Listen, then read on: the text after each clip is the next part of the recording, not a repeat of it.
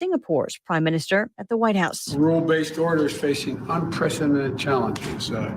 Russia's unprovoked and unjustifiable war against Ukraine is an urgent threat to both Europe and I believe to the Indo-Pacific as well. He's set to make a joint statement with the visiting leader. 21 states are suing the Biden administration, hoping to ditch the mask mandate on airplanes and at transportation hubs. The states, led by Florida, argue, as they have in other cases, the mandate oversteps the bounds of federal authority. The public transportation rule was recently extended to April 18th. The FDA authorizing a fourth dose of either the Pfizer or Moderna COVID vaccines, in other words, a second booster, but for now only for those over age 50, and it still needs CDC review.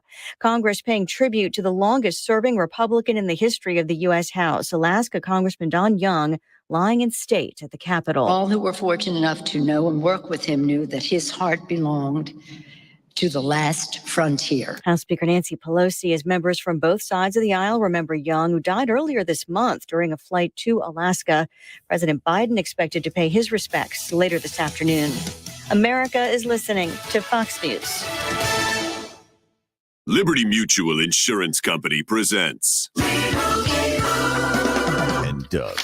Don't you just love the smell of old books? Shh, this is a library. Sorry, ma'am. We're looking for a book titled Liberty Mutual Customizes Your Car Insurance so you only pay for what you need. I don't think we carry that, but check nonfiction. He really does devour literature. Please leave. Only pay for what you need. Liberty, liberty, liberty, liberty. Finding great candidates to hire can be like, well, trying to find a needle in a haystack, but not with ZipRecruiter. Its powerful technology actively finds and invites qualified candidates to apply to your job. So while other companies might deliver a lot of hay, ZipRecruiter finds you the needle in the haystack. See why 4 out of 5 employers who post a job on ZipRecruiter get a quality candidate within the first day. Try ZipRecruiter for free at ZipRecruiter.com/trial. That's ZipRecruiter.com/trial. Air Comfort Service Heating and Cooling Weather with Chief Meteorologist Dave Murray. The southerly flow bringing springtime back this afternoon. More clouds and sunshine, windy. 69, 70 for the high today. That's quite a bit warmer than yesterday. Maybe a spot limited shower, but tough to find. Tonight, cloudy, windy, a couple of showers here and there. 54. Wednesday, windy with periods of rain. Some rumbles of thunder in the 60s. Keep the showers and thunderstorms around Wednesday night. This is 97.1 FM Talk. Chief Meteorologist Dave Murray. Right here, right now. I was very disturbed during the debate when candidate Biden lied to the American people about the laptop. He's squarely confronted with the laptop, and he suggested that it was Russian disinformation and pointed to the letter written by some intelligence people that was baseless. 97.1 FM Talk. And now's the time when things are shifting. There's going to be a new world order out there, and we've got to lead it. Right here, right now. Hey guys, it's the new year. Are you still struggling with erectile dysfunction? I've yet to meet anyone that enjoys timing those intimate moments around a pill. Well, now you don't have to. The advanced wave technology at Pineview Medical has been shown by Cambridge University and the Cleveland Clinic to restore and even regrow blood vessels. It can improve circulation and eliminate erectile dysfunction. No pills and no side effects. If you're ready to put a stop to your ED, call us in the next 2 minutes and you'll receive a consultation, assessment, and blood flow ultrasound free, plus a special gift that produces immediate results in the bedroom. You're going to love that. Trust me. This is a $600 value, free to callers now. 314-530-7777. That's 314-530-7777. Guys, get rid of your ED and get that spark back. Call Pineview Medical now to qualify. 314-530-7777. Attention investors. How would you like to collect a government-backed check with secure double-digit returns in as little as 21 days? The tax lien code is going to expose the best-kept secret in real estate investing in a free 20-minute Kickstart video. Text the word INVEST to 26022 now and let their free video show you how to earn government-backed returns up to 25% with as little as $50, or how to invest in tax-delinquent homes that are 50% off market. Plus, see how you can access private tax lien inventory not available to the public. So if you want to become a real estate investor that buys tax liens from the comfort of your own home, then text INVEST to 26022 now and get your free Kickstart video. Text INVEST to 26022 right now, and you'll get free tickets to attend a live training in the St. Louis area that will include your VIP tax lien bidder number, a power bank charger, and a tax lien investor kit free to all attendees. So text INVEST to 26022.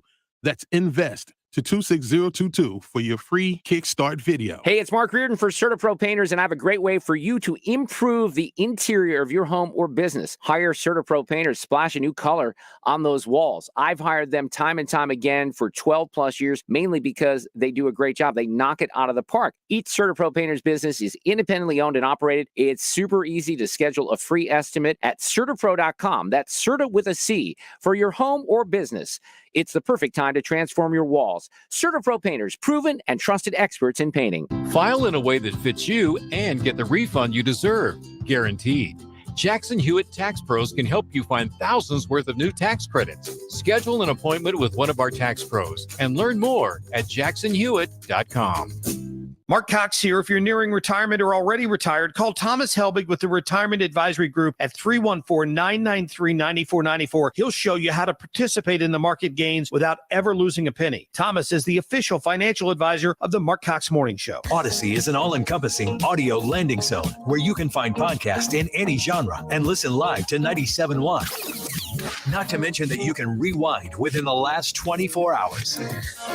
97.1 FM Talk on the go. This hour of the Annie Frey Show is sponsored by The Loading Dock, River Views, outdoor dining, live music, and overnight accommodations. Visit GraftonLoadingDock.com. That is exactly what I needed to hear. Thank God someone here knows what they're talking about. That's us. That's right. Gotta love this American ride. All right, you need to take the time and get the full picture. Come on, turn the radio on. It's Saturday and I won't be long. Don't get me wrong, I love the ladies. I mean, they rev my engine, but they don't belong in the newsroom. It is Anchor Man, not Anchor Lady. What do you want from me? I'm not America's sweetheart. Goodness sake, kid. Keep your voice down. Your father's listening to the radio. I'm not America's sweetheart. This is the Annie Frey Show. Oh, I think there's no other more important number that you can look at right now to determine how Democrats are going to do in November than that number. And think about this, Sandra. This is even before the real campaigning has begun. Everybody knows that they're paying more at the grocery store. They know they're paying more at the gas pump. There's some sort of disagreement among people about what's the cause for that. But that's why we have elections. We have elections to sort of define these issues. And you have something that is so clearly felt by so many Americans. And by the time you get, fully into an election, this will all be blamed on Joe Biden and Democrat policies in a very, very effective way. After President Trump was out of office, the books that started to come out about when he was in office, those didn't even wait to start coming out until he was out of office. Those were usually being written and published eagerly so while he was still the president of the United States. Can you imagine the books that might be coming out of this administration? Welcome to the Annie Frey Show. Happy Tuesday. We're glad you're here with us today. We know it's a choice, and we are always glad for any time that you choose to spend with us. I'm taking in the reaction, and it's just kind of a revolving door, wash, rinse, repeat of, can you believe this guy is the president of the United States? And it's concerning. It's a daily cycle of, this is what happened today, that goes in the chapter of, I don't know if this guy is capable of doing this job.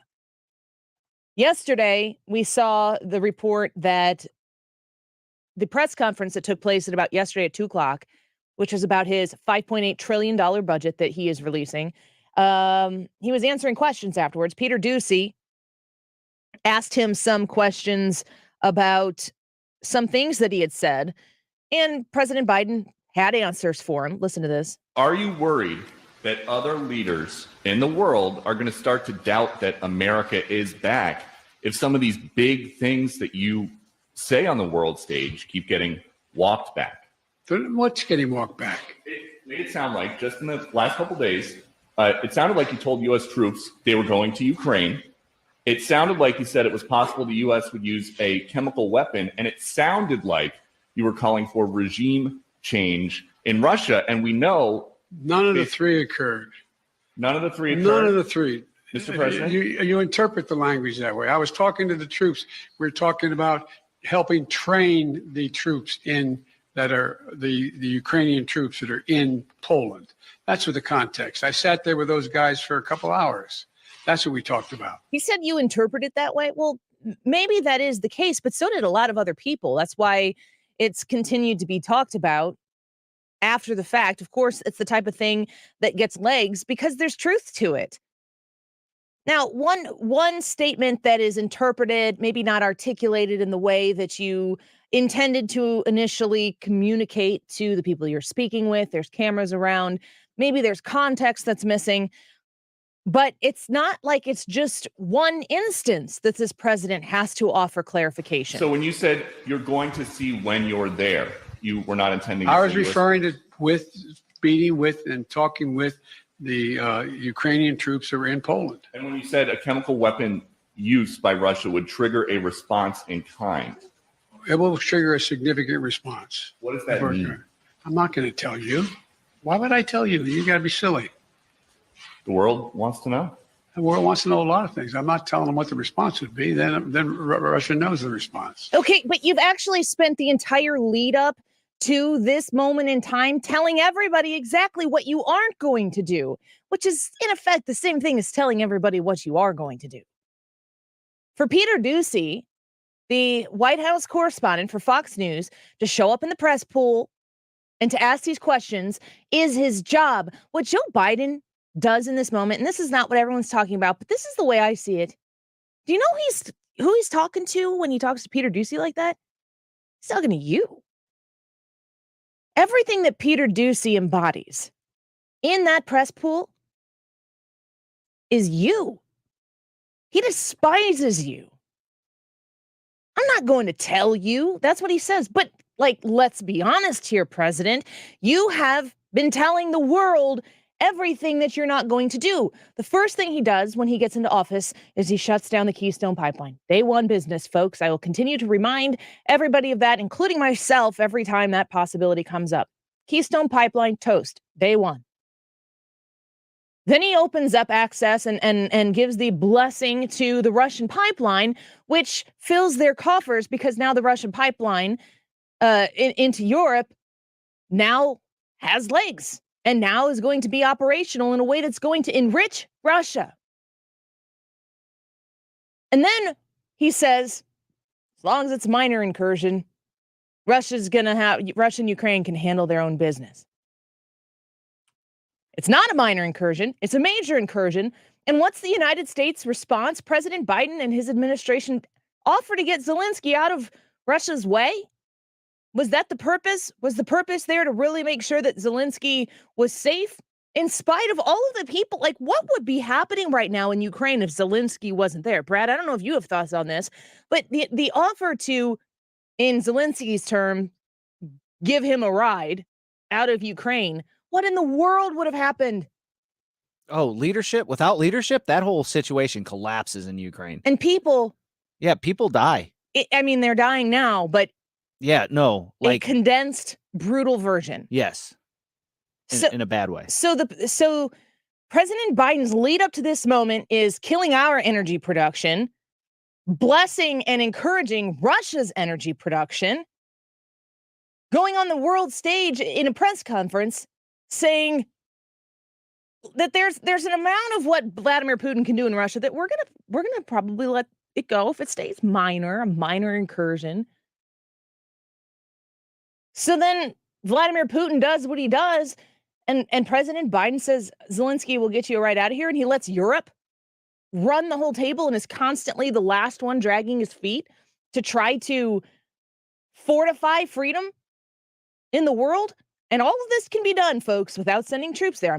Don't even for a second assume that I'm sitting here saying he should have sent troops to the front line right away. I'm not saying he should send troops in at all. I'm saying this guy doesn't know what the hell he's doing. That's the problem. When you listen in to what he is saying and combine it with what he is not saying, Peter Doocy goes up there yesterday in a press conference and asks him a good question. You say one thing, and then your people who have no names, there's no like Sally Smith issues correction for the White House and says, in effect, the exact opposite of what the president said in front of the world yesterday. These corrections are too little too late. When you have a repeated misstep, with the stakes being as high as they are right now, this is a good question for Peter Doocy. But the utter disgust this president has for the man Peter Doocy is about you. He hates you. He despises you. You little fool to question what this man is doing for the world. How dare you come into this place, into his presence, and question him? That's what's really going on here. If it's got a Fox News label on it, Joe Biden is disgusted by it. And it might be a good time for me to disclaim here, I do not work for Fox News. Fox News has no, if not an incredibly infinitesimal awareness of my sheer existence on the face of the planet. And if they know my name, it's because we have actual Fox News people on the show regularly. I am not, this is a Fox News radio station. I am employed by Odyssey, the second largest employer or owner of radio stations across the country. I do not work for Fox News. Fox News is not telling me to say these things. I don't get a single penny from Fox News. I am saying that in that whole Fox News Joe Biden relationship, I am on the exact same side of that relationship as you are. No different whatsoever. I am somebody who is a consumer of Fox News products because I think they do the best job out there. And it is subsidized by looking at everything else that is offered in the information business. I get my news and a lot of opinion from Fox News, but I'll tell you this, and I'm not going to name names right now. There are Fox News opinionators who I probably agree with on policy for the most part, that I don't watch because it's not for me. I just don't prefer it. Regardless, if you are of the mind of a Fox News consumer, whether it's because you're conservative or you think they do a good job or you're moderate and right now you feel like they're doing the best job, Joe Biden detests you. And everybody working behind him right now, everybody on his staff, the same. The people running this country hate you. They don't want you to succeed. They don't want you to have a voice. And Fox News is the biggest voice in the country when it comes to cable news. And I mean, like, far and away, there's Fox News in this basket and everybody else in that basket, and Fox News wins handily. Joe Biden is not capable of having these conversations in a way that we can trust him to say what he means to say. Here's more of his response. And did you get any chance to watch much of the Judiciary Committee hearings? I didn't get a chance to see any of it, unfortunately. The president watched portions of Judge Jackson's hearing yesterday and today, and is proud of the way she is showcasing her extraordinary qualifications, her experience, and her even-handedness. Her dedication to following the facts, the law, and our Constitution as an independent judge. Okay, blah, blah, blah, blah, blah. That is Joe Biden's staffer who came out after the Ketanji Brown Jackson hearings took place and was talking about all the glowing reviews that after President Biden was able to take in what he was able to take in from the hearings. I mean, they were days and days of hearings. If he would have sat there the entire time and watched them while other crazy things are going on in the world, you could question that. The staffer is talking, is using it as an opportunity to prop up the nominee by putting words into President Biden's mouth. President Biden was just asked if he had a chance to watch any of the hearing, and his simple answer is no. You're being lied to. Truth is being shielded from you. In some cases, I think it's purposeful. And sadly, in the President of the United States' case, I don't think it's purposeful at all. I don't think he knows what he's doing. It's a frightening, frightening prospect. We're going to talk with Jim Carafano at 1 o'clock about this, about the president's relationship and his time spent in Europe last weekend, but also something that we haven't talked about as much, but I know is a key issue for Jim Carafano is that southern border. Some action taking place there and some changes that might be occurring that might not put us in any better of a situation than we are right now. And the administration is dragging their feet on fixing it. Jim Carafano is going to be with us at 1 o'clock.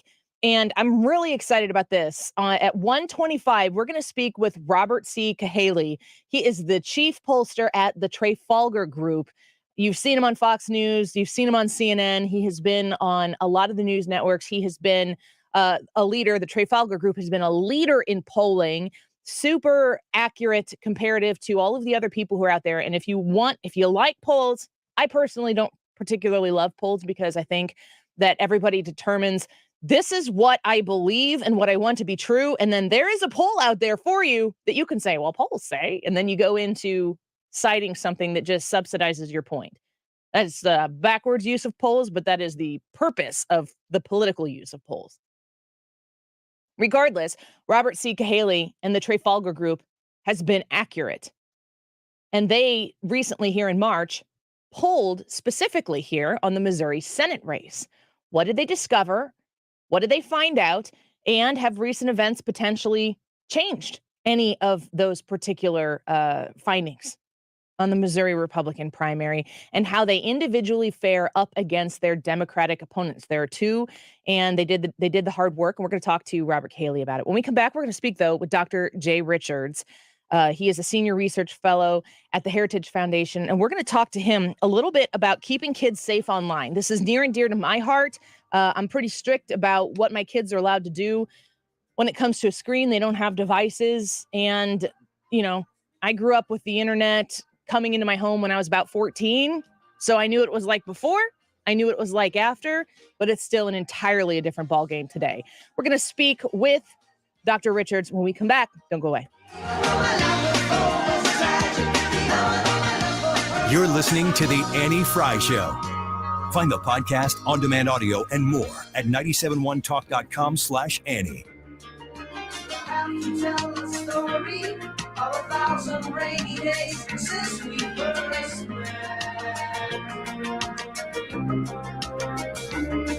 So picking up umbrella, it's obviously that ends up getting wet. Mark Cox here. My 2022 school board election voters guide is now available. Listen to the Mark Cox Morning Show Monday through Friday, 5 to 9 a.m. to hear candidate interviews leading up to Tuesday's election. My voters guide and past interviews are available now at 971talk.com.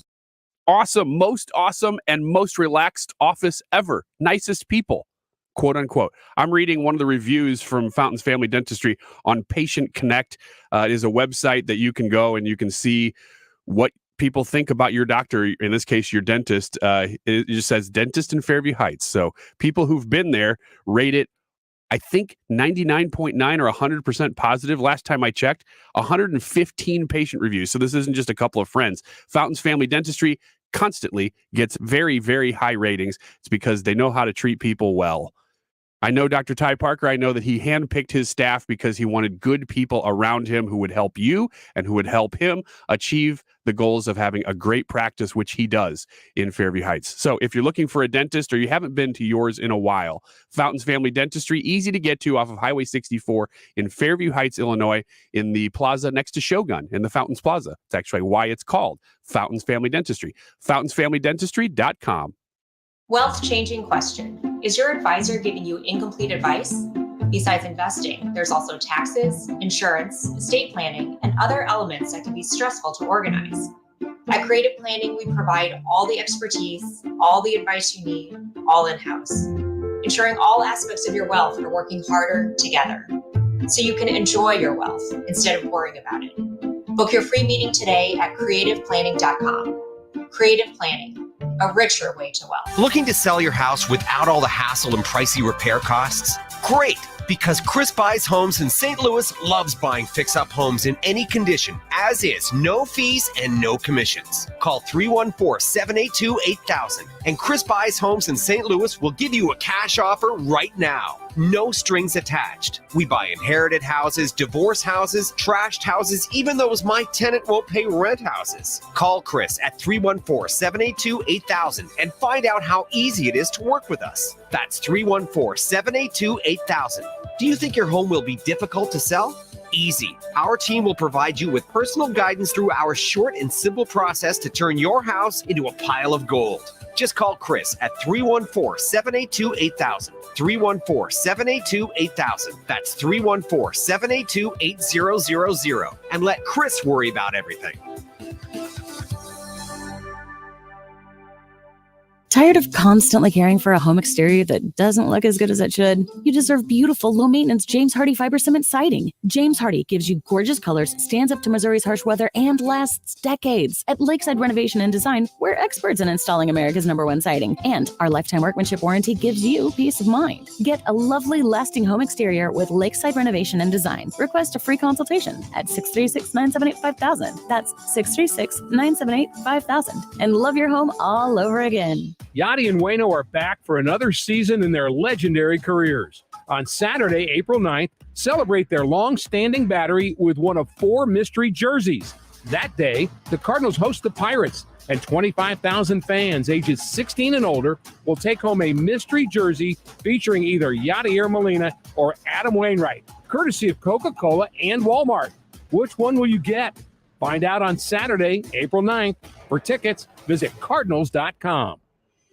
2021 marked the 50th and final season of Mike Shannon's legendary career in the broadcast booth. Sunday, April 10th, when the Cardinals host the Pirates, 25,000 fans ages 16 and older will take home a one-of-a-kind Mike Shannon bobblehead. Kick off the 2022 season and honor the longtime voice of the Cardinals with this commemorative bobblehead thanks to Phillips 66. That's Sunday, April 10th, the Cardinals, the Pirates, and the Shannon bobblehead. Get your tickets at Cardinals.com. Imagine what a new coat of paint can do for the interior of your home this spring. This is Mark Reardon for CertaPro Painters, and CertaPro can get it done for you. I've depended on the pros from CertaPro for more than a decade now. They painted room after room, and one of the reasons I keep hiring them is because they simply knock it out of the park, and I don't have to do the work. Each CertaPro Painters business is independently owned and operated. Transform your home or business this spring with the help of CertaPro. Get started with a free estimate at CertaPro.com. That's Certa with a C. CertaPro Painters, proven and trusted experts in painting.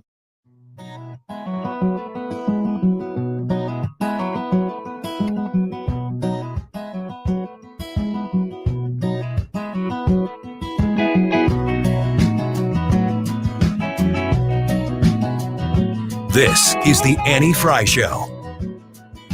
Interact with Annie on Facebook. The Annie Frey Show. What we documented here, very strikingly, was the harrowing, heartbreaking stories of kids in addictive, dark places and destructive emotional rabbit holes, bullying, self-harm, eating disorders that were the result of tactics and algorithms that the tech platforms knew were doing that harm. What we're doing in this legislation is to give parents and kids tools and safeguards to take back control. So that was Senator Blumenthal there talking about the Kids Online Safety Act.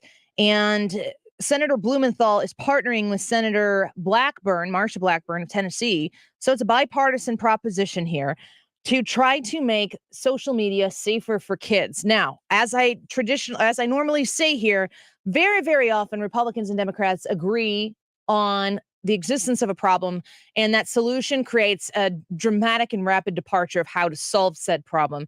You have a bipartisan solution here, but is it enough?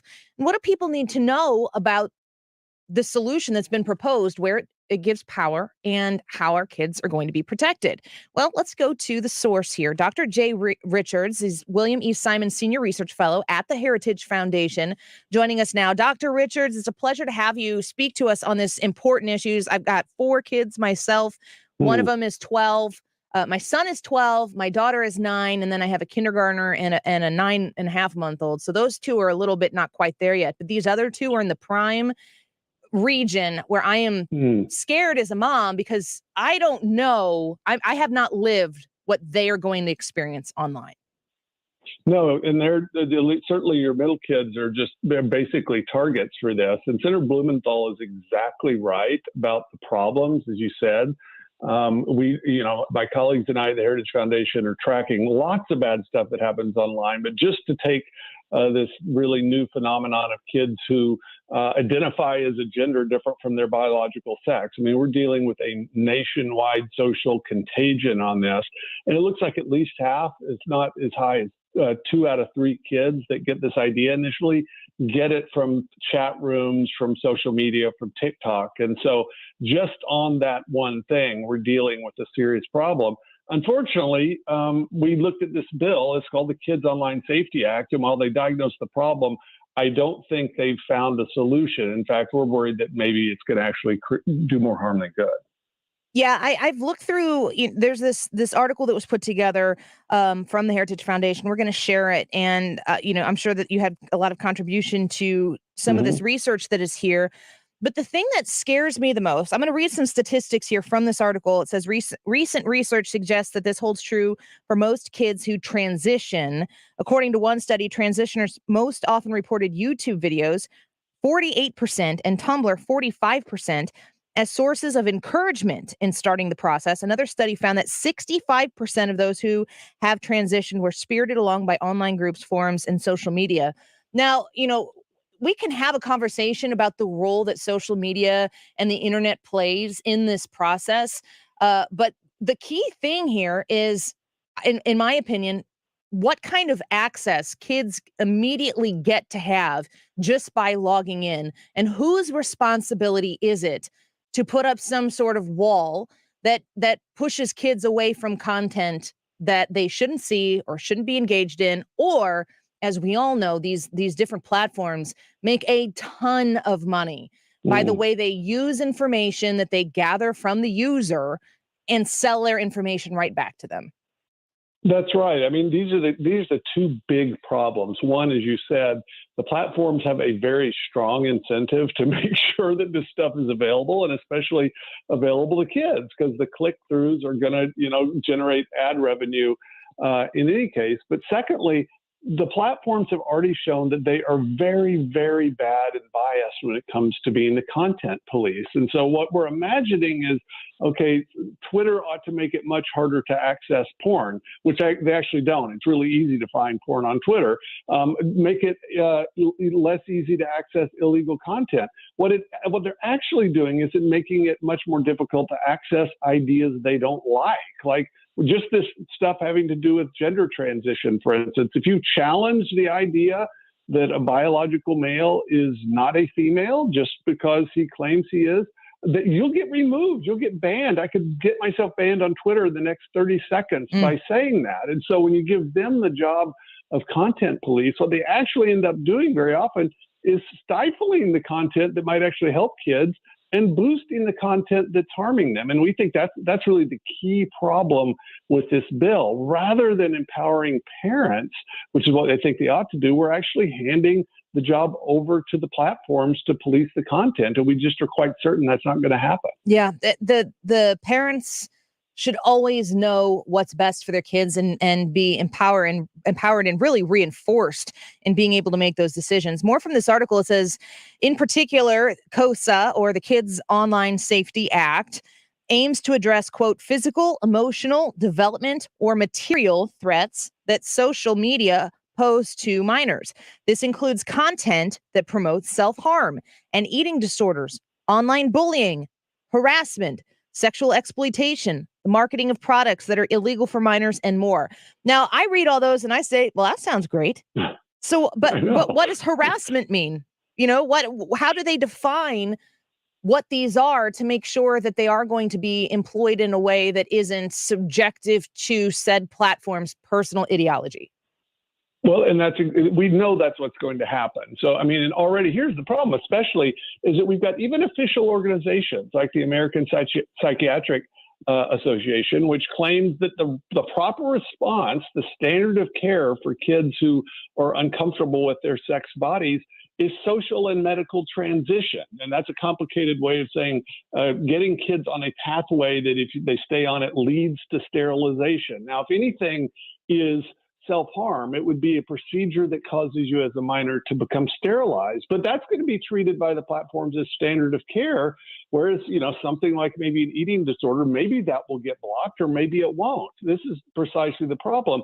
And it's still utterly baffling to parents. These platforms are still very, very hard for parents to monitor unless you're just going to absolutely restrict your kids from the internet and social media altogether. And so we just really think, look, if there's going to be a bipartisan bill, let's focus on calling on the platforms to make it way easier for parents to be empowered and to know exactly what's happening, and actually harder for platforms to be able to be the content police, because we know they're not going to remove the bad content, and they're much more likely to actually boost it. Yeah, that's exactly what needs to happen here. I know that you're calling for more accountability for big tech, and you need to empower parents. Do you think that what Senator Blackburn and what Senator Blumenthal have done with the Kids Online Safety Act is a good start, or is this scrap it and start over with something that is more appropriately targeted?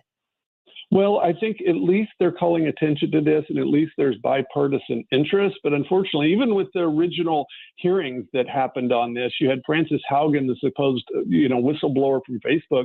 She was calling for more censorship of conservatives, whereas a conservative, my colleague Kara Frederick, was saying, look, the platforms have been given regulatory jurisdiction so that they've been treated as platforms, but they're acting like content providers. They're acting like editors. And so they're actually under a kind of cozy dispensation in terms of the regulatory environment. We think the platforms should be standard carrier platforms. They should be held accountable in that way. And then they should make it really, really easy for parents to be able to block all this content, because something has to be done.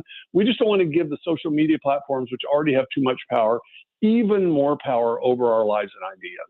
Well, Dr. Richards, thank you so much for coming on to talk to us about this, because this was a big issue on Capitol Hill. There are hearings, and we saw Frances Haugen speaking to Congress, and everybody was attentive to it, and everyone was like, yes, we need to do this. And a lot of people who are maybe smaller government minded were saying, are we going to give big tech companies even more power to decide what we do see and what we don't see?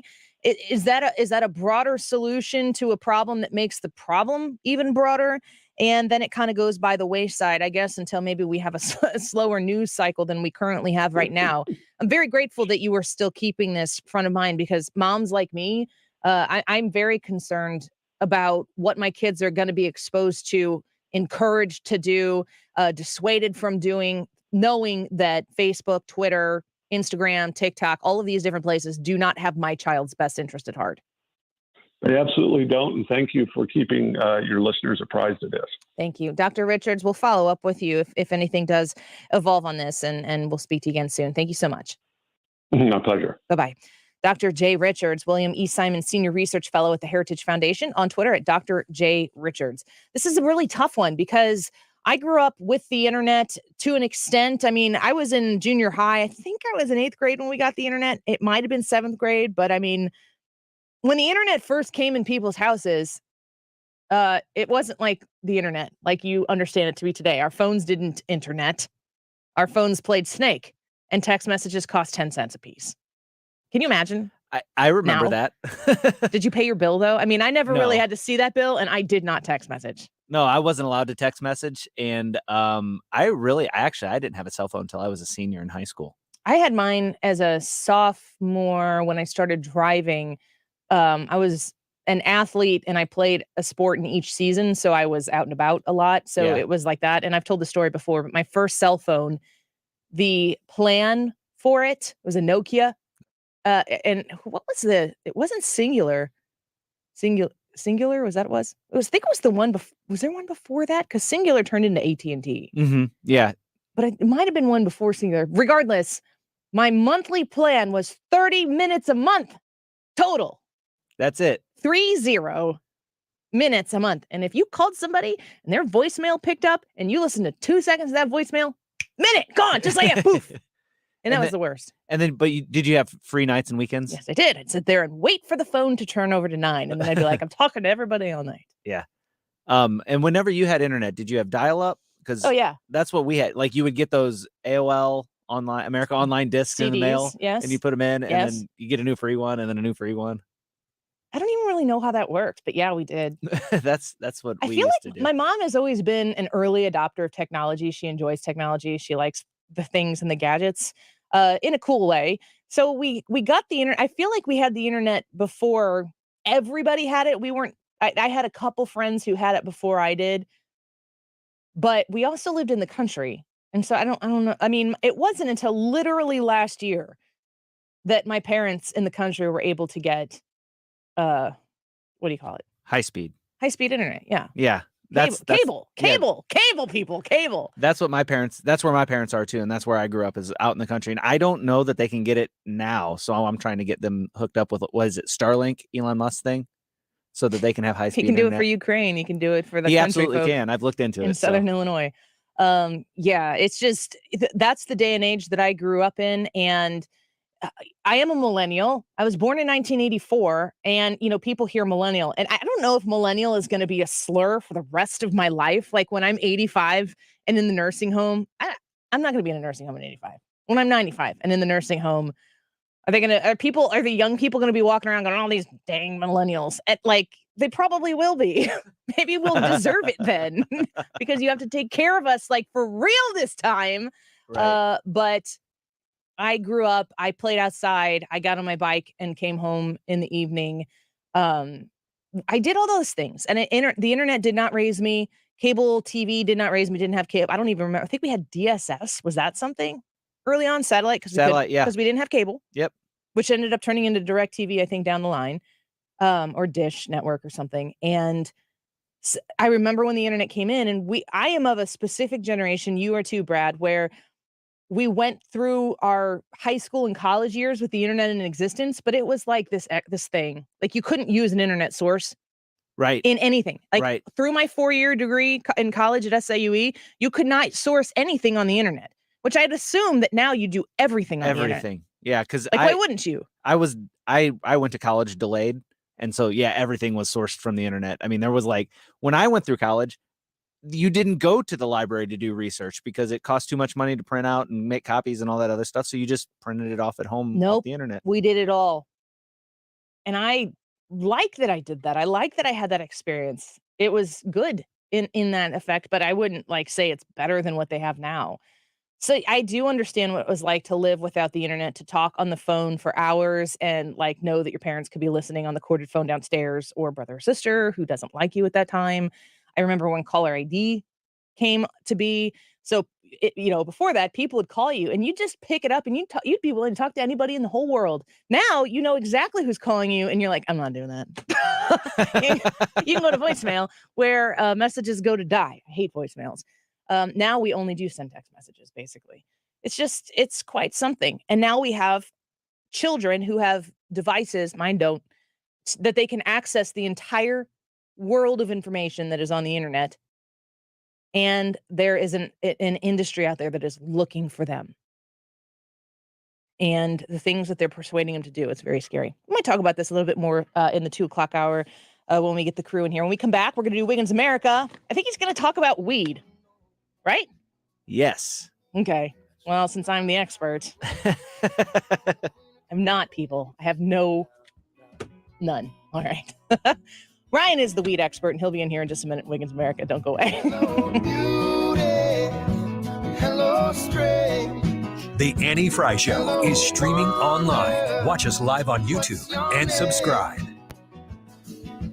Looking for the song that Neil Young hung after the gold rush of 1971. The Mark Reardon Show. Cusimano is here with us. I think a lot of us thought this Albert talk was just sort of pie in the sky, but it happened, Frank, didn't it? It did. But, Mark, it's like a bookend to a perfect storm to end his career in St. Louis. Weekdays from 3 to 6 on 97.1 FM Talk. So if you're looking for the absolute best possible material to build a window from with stability, strength, and of course, it's very important that it is aesthetically pleasing to you, I have the perfect window for you. It is Infinity from Marvin Fiberglass Windows, and you can only find them with the very best people in town to do this project for you, Lakeside Renovation and Design. Lakeside operates locally. They hire local people, and they operate like a family. And their family, their tight-knit family at Lakeside is important to them, and they take care of each other, and they take care of you. And when you become a customer of theirs, chances are the next time you need a project done, you're going to be quick to call Lakeside to do it because you trust them. It is important to them that they treat each and every person who comes through their doors like they're going to be a part of the Lakeside family in the future. If you have a window replacement project coming down the pike for yourself, please give them a call at 636-978-5000. I can visit them online at lakesidrenovationanddesign.com. Dell's semi-annual sale is the perfect opportunity for a significant business upgrade. Save up to 45% on Dell computers with Windows 11 Pro and get an easy start to your workday. Plus, enjoy special pricing on Dell docks, monitors, servers, and more, all with easy financing options through Dell Financial Services. Speak to a Dell Technologies advisor today to find the right tech for your business with fast, free shipping. Call 877-ASK-DELL. That's 877-ASK-DELL. You're the one everyone looks to for answers. Come rain or shine, the job must get done, and you're the one who makes it happen. We get you, Jackie in Fresno, putting your employee safety first. And Manny in Chattanooga, whose local Grainger team knows him by name. We're here for you and all the ones who get it done with 24/7 customer support and access to product specialists to help you find what you need. Call, click Grainger.com, or just stop by. Grainger, for the ones who get it done. Our national debt is now over $30 trillion, an increase of over 20% in just the past 2 years. I'm sure you've been told at some point that taxes will be lower when you retire, but do you truly believe that? Now is the time to begin planning for the future of tax increases. Is your financial advisor helping you with tax planning for a tax-efficient future? If not, this is the time to call me, Ken Heisey, at Heisey Advisory Group, 314-328-6000. If you're like most people, you have a portfolio of investments, but a portfolio is not a plan. How have you planned for the potential legislative risk of increased taxes? Call Heisey Advisory Group now and let us help you create a plan to reduce the tax risk in your retirement. 314-328-6000. Again, that's 314-328-6000. Firm offers insurance services but does not provide tax advice. Investment advisory services offered only by duly registered individuals through A Wealth Management, LLC. Odyssey celebrates Women's History Month. Amelia Earhart broke boundaries in the sky as the first female aviator to fly solo across the Atlantic Ocean. She was one of the first aviators to promote commercial air travel, wrote best-selling books, and helped form the 99s, an organization for female pilots. In 1937, she shockingly disappeared on her quest to circumnavigate the globe. Odyssey, celebrating remarkable women. For more, check out our exclusive station, She Sings, on the Odyssey app. Everybody knows you gotta get it at Clement. Everybody knows you gotta get it at Clement. Find the car you want, new or used. Get it at Clement, get pre-approved. Everybody knows you gotta get it at Clement. Everybody knows you gotta get it at Clement. ClementAutoGroup.com. You're listening to the Annie Frey Show live from the Air Comfort Service Heating and Cooling Studio. Air Comfort Service is proud to support Greater St. Louis Honor Flight. Sign your veteran up for their honor flight today at gslhonorflight.org, and for heating services, visit aircomfortservice.com. Up-to-the-minute traffic reports, so you don't have to keep looking at your phone. Dependable traffic on 97.1 FM Talk. Driven by Ambassador Midwest Floor Company, the best way to deal with in-home traffic. Experience more at Ambassador Midwest Floor.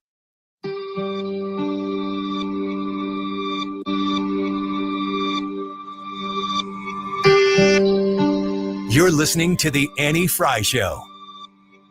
Follow Annie on Twitter at Annie Frey Show.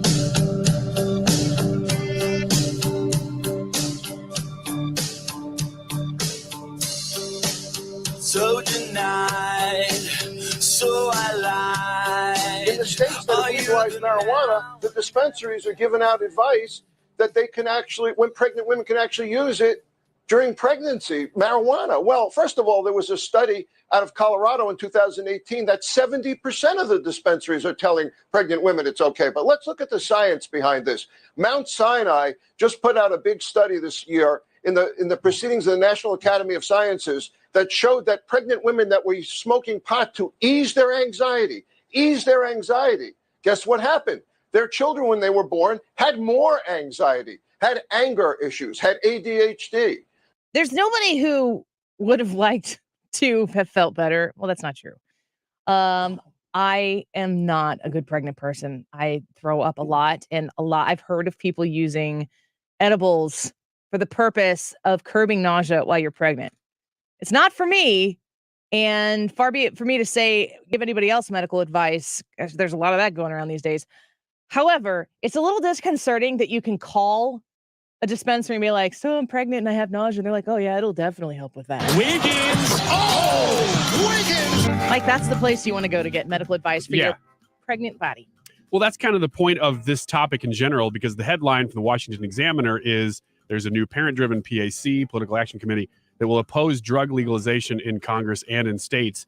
They are based in Colorado, and they are opposing marijuana, which puts them kind of right in the heart and soul of the battle. But they're going to do this all over the country. And I clicked on this because of that very issue. What does the science say, so to speak? We don't care about that. what does studies say? What does medical advice say? You cannot find it anywhere. Even in this article, they say, where's the article from? This is from Washington Examiner. Okay. They talk about different studies on the rates of annual opioid overdoses. And they say, well, there's a highly referenced study that says that medical cannabis laws had a 24% lower annual opioid overdose dose in states that legalized it. Then they cite another one that has the same exact years, same exact study that says it's a 15 to 25% higher rates of opioid involved fatalities.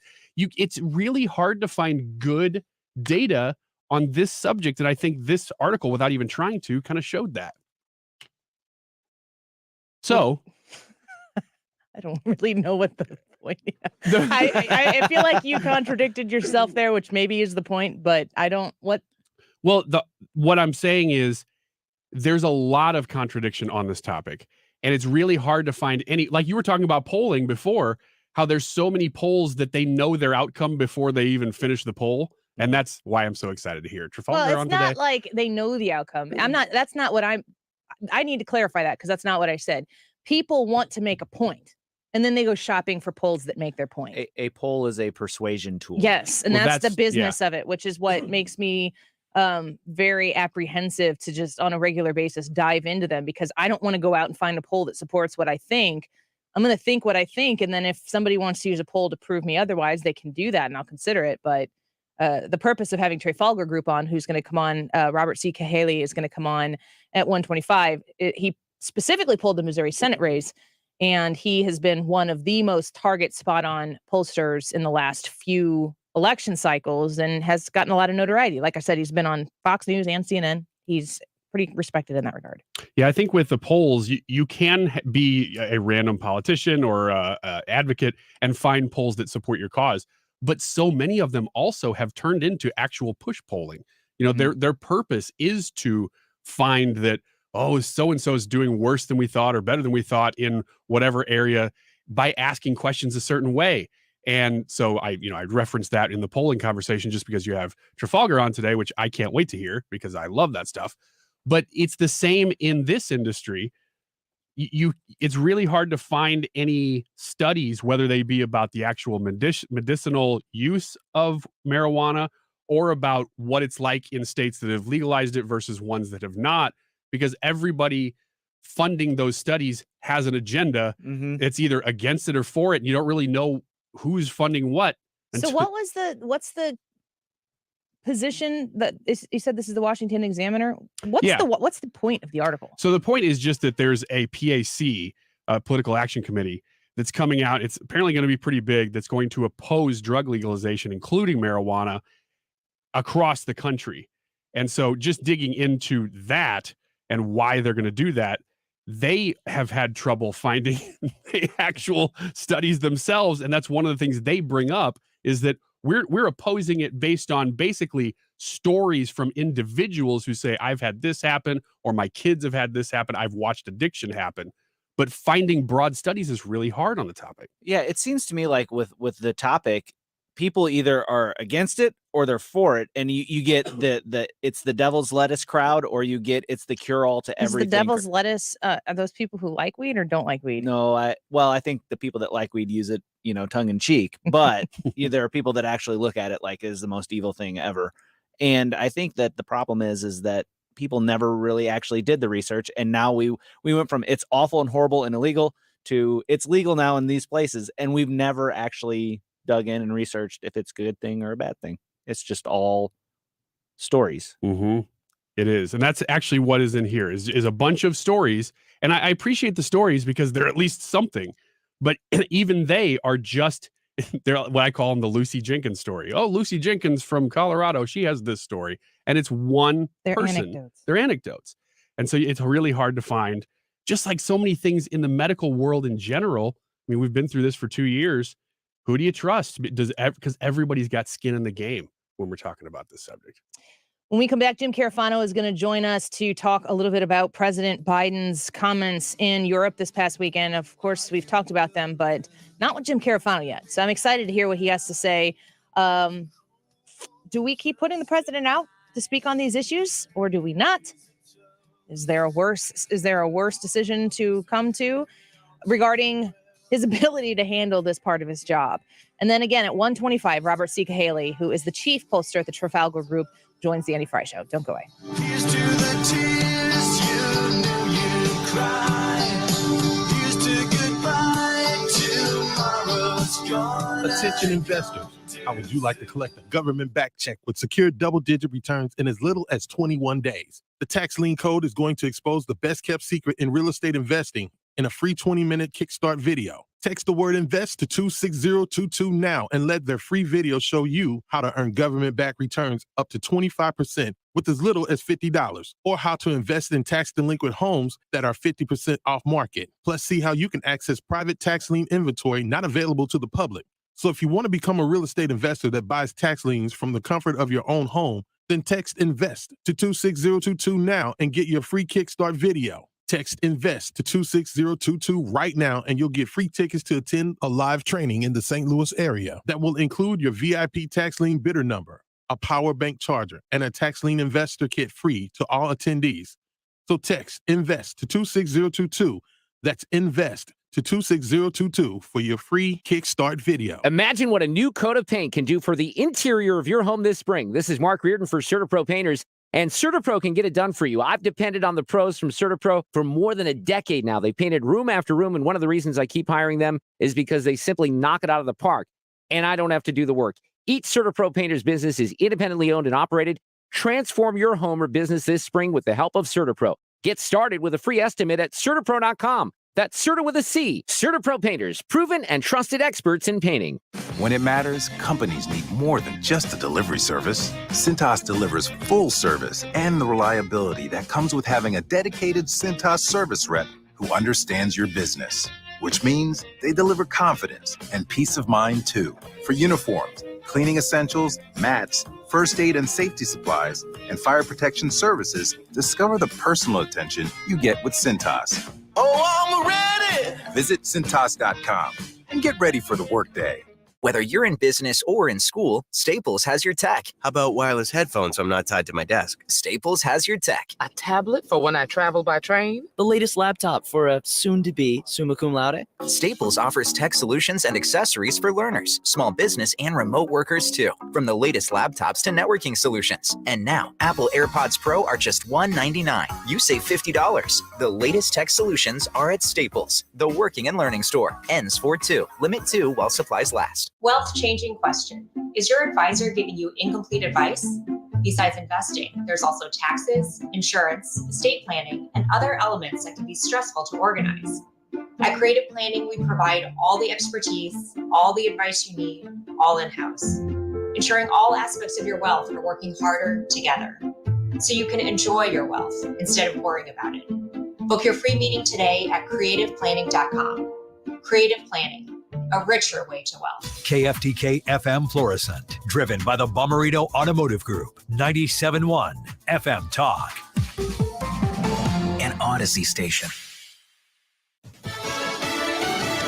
Actions speak louder than words. On Lisa Brady, Fox News. President Biden's take on Russia's offer today to scale back operations near 2 Ukrainian cities, including the capital. The president telling reporters he doesn't read anything into that until he sees what their actions are, adding that appeared to be the consensus during a call earlier today with NATO, France, Germany, and the UK, offering continued support for Ukraine. They have a right to sovereignty and territorial integrity and to determine their own future, free from violence and intimidation. He spoke alongside the visiting Singapore prime minister, who called the unprovoked military invasion of a sovereign country unacceptable. A Maryland man who waved a Confederate flag during the Capitol riot pleads guilty to interfering with a police officer. David Blair facing up to 5 years in prison on the felony count. Prosecutors say Blair also used a wooden lacrosse stick to hit the officer who was trying to disperse a crowd of rioters. New York's Attorney General wants a state appeals court to make sure former President Trump sits for questions on his business practices by upholding a lower court's ruling that he testify under oath. Letitia James' filing at a New York appeals court seeks to require the former president's cooperation as she seeks information on whether he misled the state on the worth of his assets. James also wants to lock the two oldest Trump children, Donald Jr. and Ivanka, into testifying. The state attorney general's office believes the Trump family overstated its net worth to get economic benefits. The Trumps deny the allegation. Their lawyers want the subpoenas tossed. If they are not, the Trumps could plead the Fifth Amendment during questioning. Fox's Gernal Scott just getting reports from paramedics in Israel that at least 5 people have been killed in a shooting in a central city east of Tel Aviv. This follows 2 other deadly attacks over the past week. America is listening to Fox News. Research shows people remember radio ads that remind them of the past. So to help you remember that Liberty Mutual Insurance Company customizes your home insurance so you only pay for what you need, here's an ad that'll really take you back. Back in my day, I heard a voice from the radio say, Liberty Mutual customizes my home insurance so I only pay for what I need. I'm getting on in years now, but heavens to Betsy, there are some things an old fella like me just never forgets. Only pay for what you need at libertymutual.com. Liberty, liberty, liberty, liberty. Finding great candidates to hire can be like, well, trying to find a needle in a haystack. But not with ZipRecruiter. Its powerful technology actively finds and invites qualified candidates to apply to your job. So while other companies might deliver a lot of hay, ZipRecruiter finds you the needle in the haystack. See why 4 out of 5 employers who post a job on ZipRecruiter get a quality candidate within the first day. Try ZipRecruiter for free at ZipRecruiter.com/trial. That's ZipRecruiter.com/trial.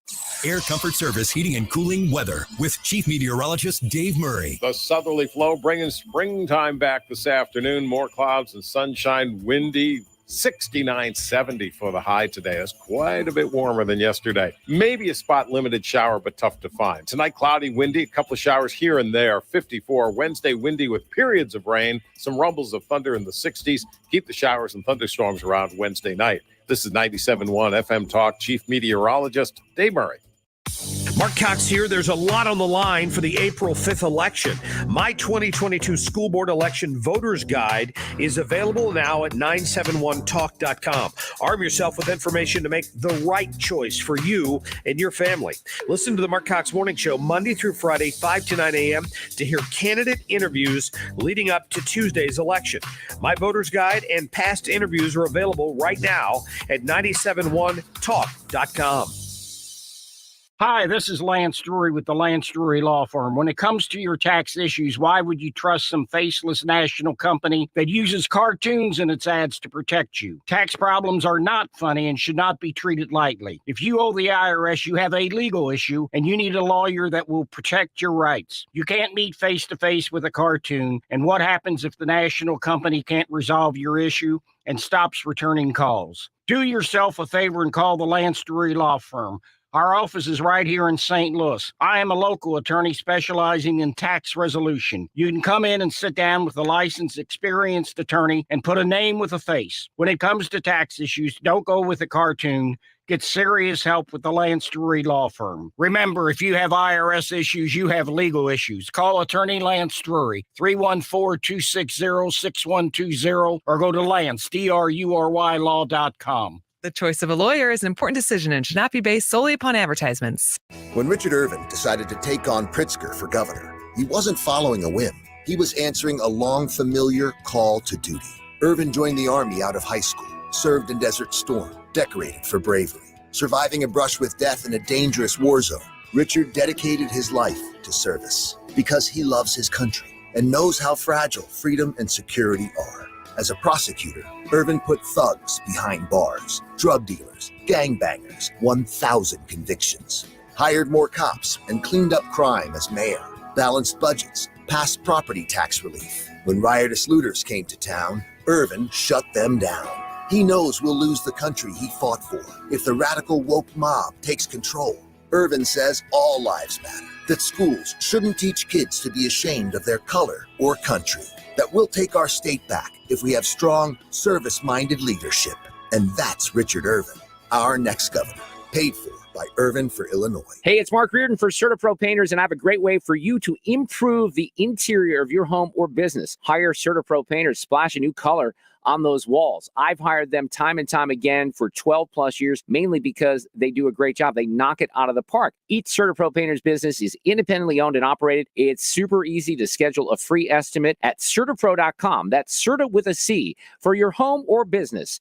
It's the perfect time to transform your walls. CertaPro Painters, proven and trusted experts in painting. We're all on this planet together. So join Odyssey and find your one thing. With warmer spring temperatures, hang your clothes to dry outside instead of using the dryer. Join Odyssey, and together each of us doing one thing makes a greener tomorrow. What's your one thing?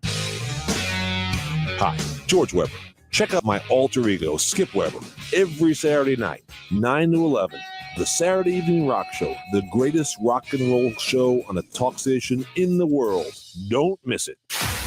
You can ask your smart speaker to play 97.1 FM Talk and stay connected to everything happening in the world, the country, and the community. It's all through the new Odyssey app. 97.1 FM Talk. This hour of the Annie Frey Show is sponsored by The Loading Dock, River Views, outdoor dining, live music, and overnight accommodations. Visit GraftonLoadingDock.com. That is exactly what I needed to hear. Thank God someone here knows what they're talking about. That's us. That's right. Gotta love this American ride. All right, you need to take the time and get the full picture. Come on, turn the radio on. It's Saturday and I won't be long. Don't get me wrong. I love the ladies. I mean, they rev my engine, but they don't belong in the newsroom. It is Anchor Man, not Anchor Lady. What do you want from me? I'm not America's sweetheart. Goodness sake, kid. Keep your voice down. Your father's listening to the radio. I'm not America's sweetheart. This is the Annie Frey Show. He's always been gaffe prone, as everybody who's ever covered him or even watched him for a little while knows.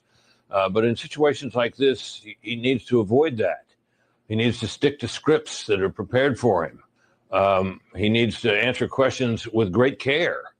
And so when he's asked about, the possible use of chemical weapons, and he says respond in kind, there's no doubt what that means. Now, he may not have meant to say it, and he may claim he's not walking it back, but he is, and it's a good thing he is. And it's a good thing his staff came out to do it.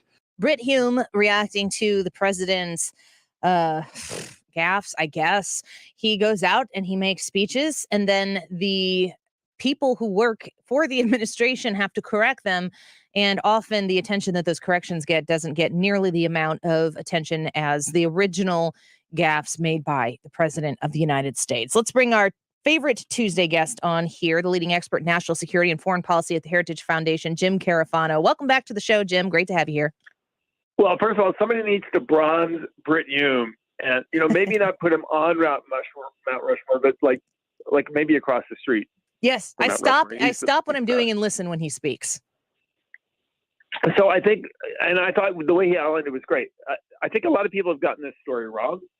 They portrayed it as a foreign policy problem, like, oh my God, he's going to trigger World War III, or or allies are going to be confused or whatever. I think we do have a foreign policy problem. The foreign policy problem is we don't have a strategy for here. I mean, he's just kind of bystander in chief, and we're supporting the Ukrainians, all that's fine. But when you said, okay, well, how are we going to ensure that Russia's not a threat in the future? How are we going to have energy independence? How are we going to have a strong military? He doesn't have answers for that. That's a problem. But the gaffes, and I think most people have really gotten this wrong. Everybody's portrayed the gaffes as like, oh my God, he's going to trigger war. That's not the problem. The gaffes are a domestic problem, because what he's doing is he's losing more credibility here in the United States. So look, our friends and enemies around the world, they pay attention to what we do, not what we say. They don't really care much about the speeches and the press conferences. They look and say, our javelins showing up, are the Americans, helping out with refugees? That's what they care about. Well, that's what they pay attention to. We pay attention to what our president says, because what we see is a president who misspoke, has to be corrected, argues that he never misspoke, then claims he never said anything to begin with. And it's not just the president. This team is obviously subpar. And what Americans are saying, we don't think the president's doing a very good job being president. And that's again, that's not a partisan comment for me, because I'm not even belong to a political party. That's what Americans are saying. That's what the polls are saying. And that's how they're responding. And that's what the critics are saying. And that's how people are responding. It's just not seem like a president who really is on top of his game from a cognitive perspective. But even more important, he's backed by a team which actually doesn't seem to be all that good. I think you make a really important point when you say that the credibility is being lost here on the home front. Because honestly, we've talked about this a whole lot. This man does not care about policy. He only cares about politics. And if the people on the home front, I mean, what is this? The approval rating is like 33 or 34% right, or something that's historically low. I don't know. Does this administration or the people behind the president of the United States, who we fear are maybe running more than they should, where the direction of the country goes, are they going to see the drastic dissatisfaction that's growing in with Americans and say, we got to do something different? Well, I mean, there's two things. One is to your point is, look at the trip. The trip had nothing to do with foreign policy. Our policy didn't change. He didn't negotiate anything. He didn't really declare anything new. The trip was meant to make him look presidential, in part because they sent the vice president over there, and she did look very vice presidential. And so the whole purpose of the trip was really to shore up his domestic image as a strong leader. And he comes back, and we're all just arguing about the gaps. So it failed on that. So what we've actually seen is they're actually not only not very good at foreign policy, they're actually not very good at politics. They've managed to annoy increasingly greater numbers of Americans. And I think what happened, and the reason why we're seeing this now, and I think it's the part of it goes back to the weirdness of the 2020 campaign cycle. This is a guy that ran from the basement, that wasn't challenged, that wasn't questioned. And it was really kind of letting people, obsess about Trump and not really look at him. And then when he went into office, even with a favorable press and all these pundits and the universities and all of civil society, everybody saying how wonderful he is, including our allies, people are just saying, well, this guy's a terrible president. And they don't have a good answer for that. And part of the reason why they don't have a good answer for that is, one is they're really not very good and not very competent. The president's not very good and not very competent.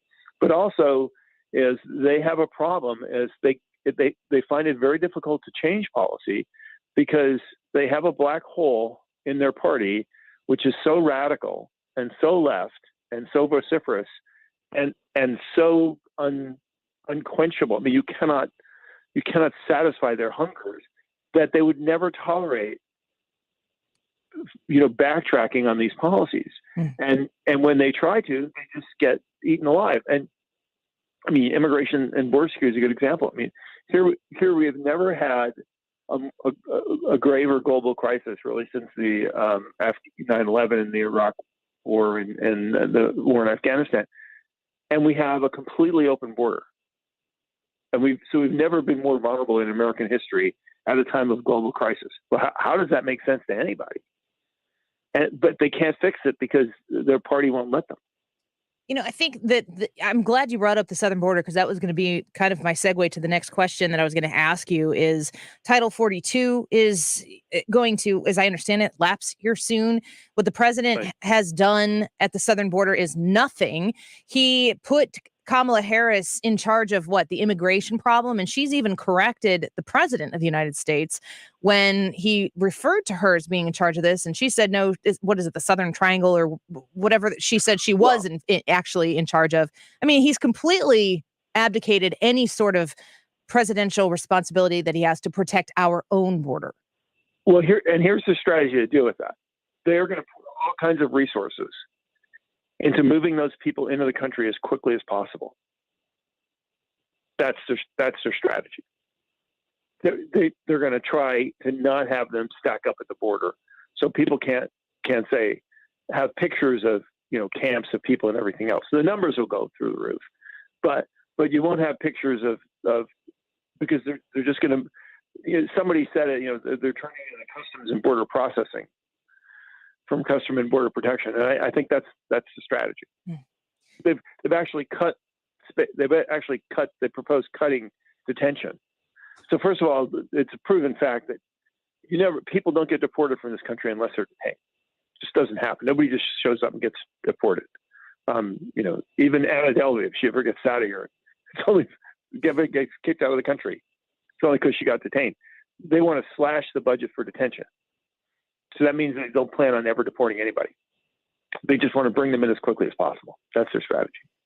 Okay, well, we're speaking with Jim Carafano with Heritage Foundation, as we do each Tuesday. This does seem on pretty much every possible front for the United States of America. If you're somebody who's of my specific persuasion, incredibly hopeless. Does this do we boil this all down to elections have consequences? And, to what Kamala said herself, you got what you voted for, and we got to change those people. Or is there anything that somebody like me who's listening to this conversation can do or push for? No, first of all, I do believe they're, look, our allies in part are a check and balance. I mean, the reason why Ukraine is still there today is because, first of all, the Ukrainians fought and didn't collapse. And then the Europeans said, okay, we got to support these guys. And then we went along with that. So our allies do push us. That's something. I think, even if Congress can't push bills past the president, they can do oversight and investigations, and they can put the president in situations where they can force political compromise. So that's something else. And I think we can do the most important thing, which is we can care about all these issues. The fact that there's a hope for a future of this country, and that, look, if Biden had his way, today we would have had the federal government would have been in charge of all elections, so they would ensure that they would always be elected. They would have control over the entire economy through their green energy program, and they would be running everything. And then we thought wouldn't matter, but because Americans have been so energetic in understanding it and saying these things, that one of the most egregious, horrible things that he could do to this economy have been stopped. And there's a lot. And look, why is our economy even doing half good? It's because mostly red states are ignoring the federal government, and they are moving out and trying to promote and incentivize economic growth.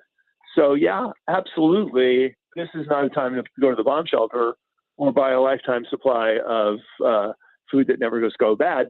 This is a time to talk to your neighbors, to learn for yourself, and to start saying, what do we want this country to be? And because that is going to make all the difference in the world.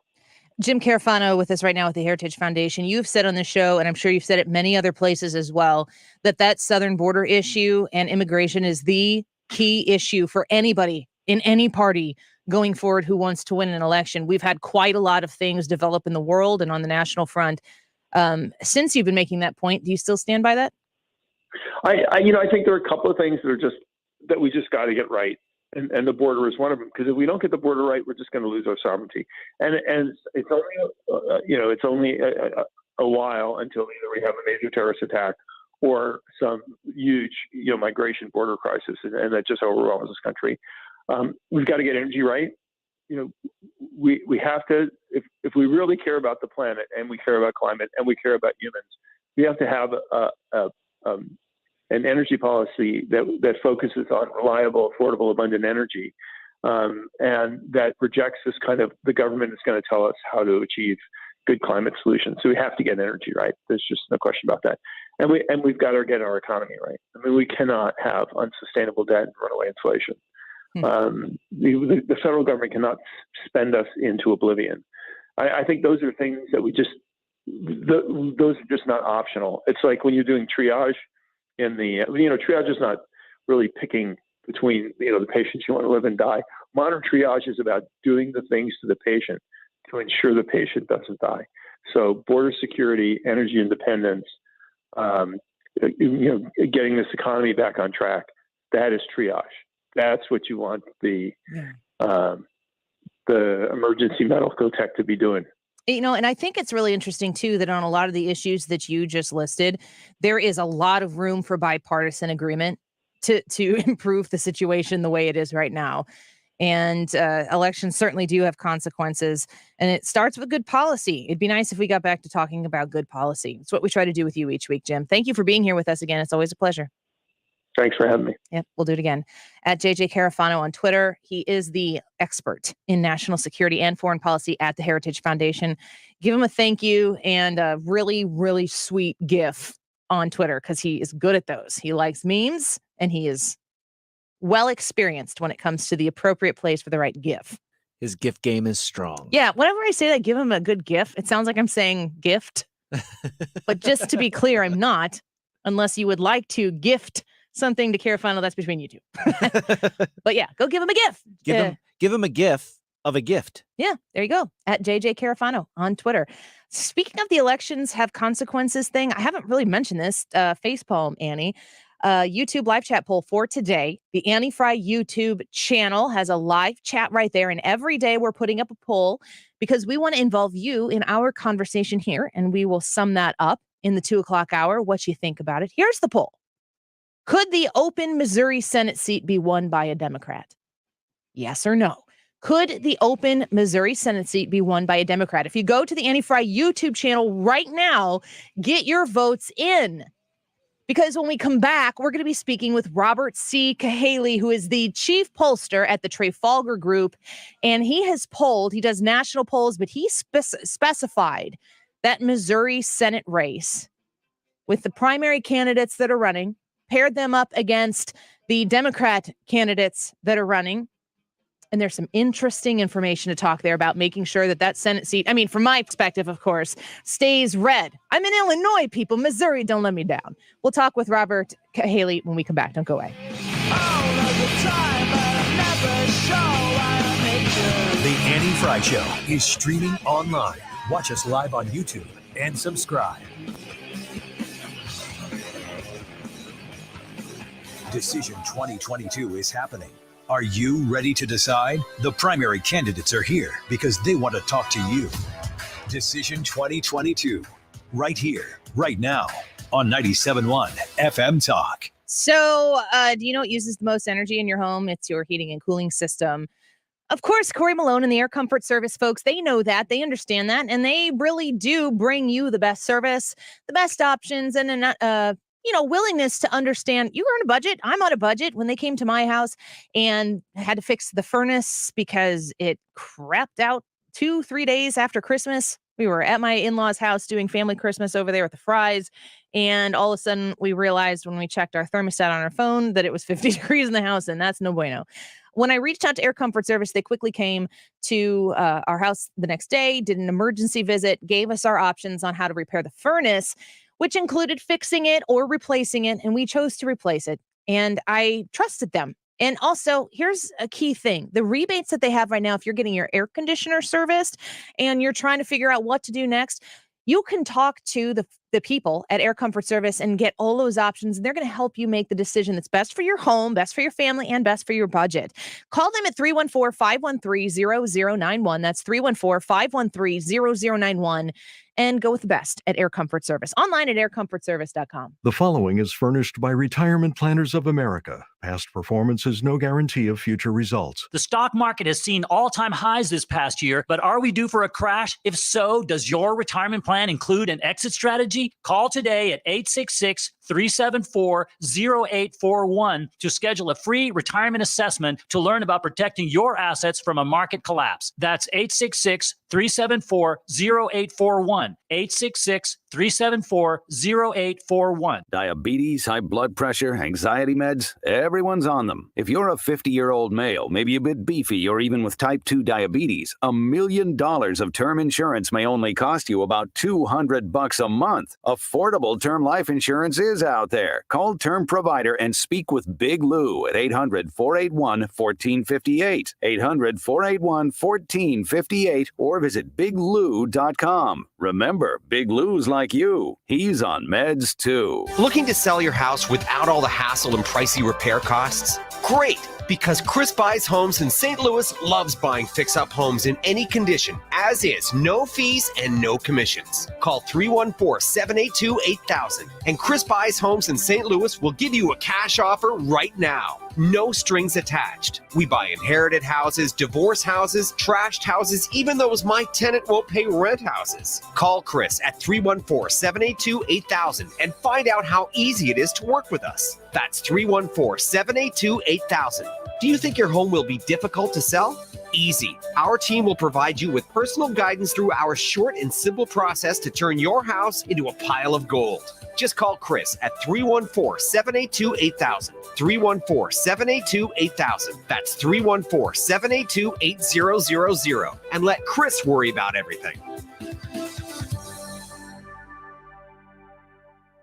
Planning for retirement can be overwhelming. At Heisey Advisory Group, we help to make the process simple. Join us Thursday, April 14th or Tuesday, April 19th at 6 p.m. at the Lodge de Pere for a 90-minute complimentary workshop that addresses difficult retirement decisions, such as tax planning and Social Security optimization. This event is for those approaching retirement or already retired.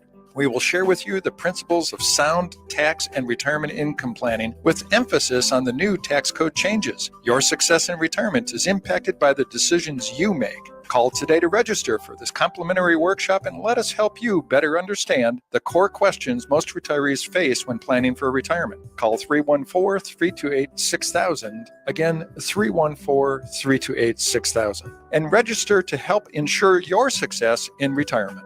Firm offers insurance services but may not give tax or legal advice, nor are they affiliated with or endorsed by the U.S. government. Investment advisory services offered through AE Wealth Management, LLC.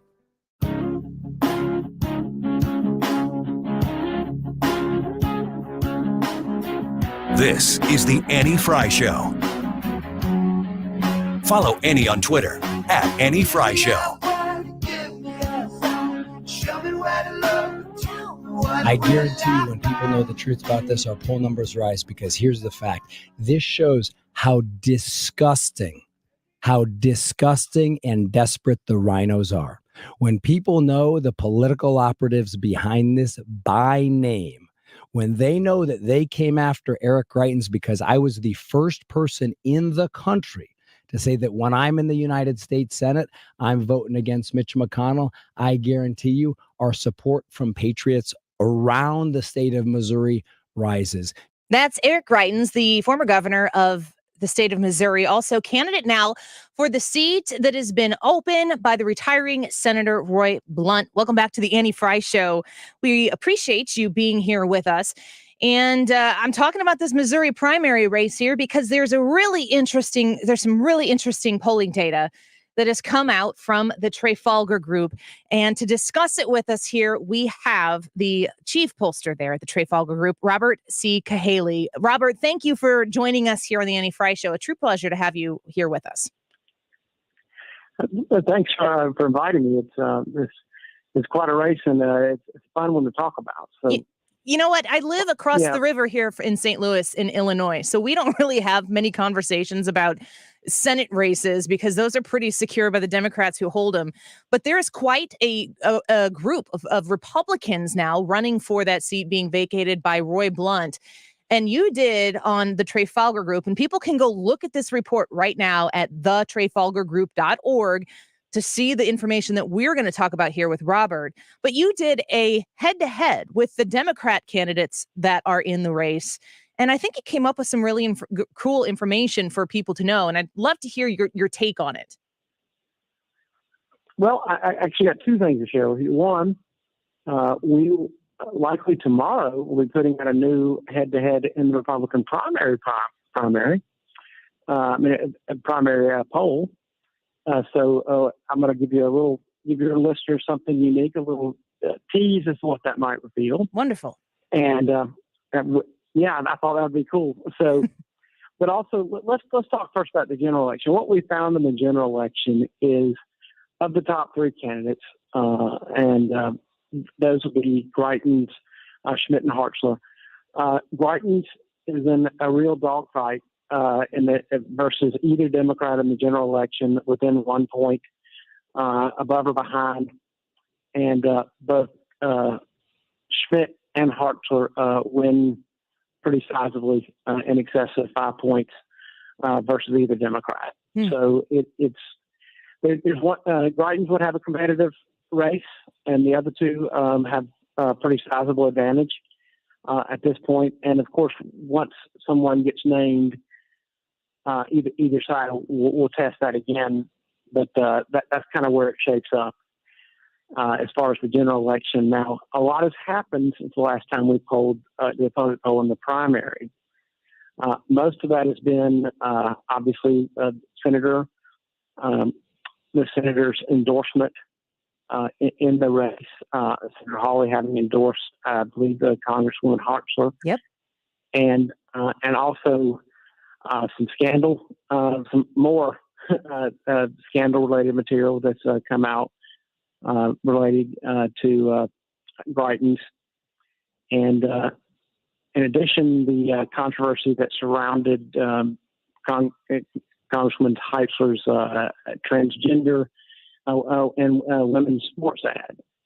So I can tell you those things all coming out have devolved this race to where the top three are extremely close. Expect to see some significant movement since the last poll. The Congresswoman is significantly up, and it's within a few points from first to third now. Wow. It's very tight. Yes. Big move. I appreciate that because you poll all sorts of things. This is not like a local Missouri polling group that your key focus is here. We're polling every major race in the country. So every major governor and U.S. Senate race in the country, we will be doing. Those who've been following us for a while know we have the lowest margin of error, cumulative margin error error rate, not just margin of error, since the 2016 election. The only national polling company at under 3 error rate and under 3 margin of error.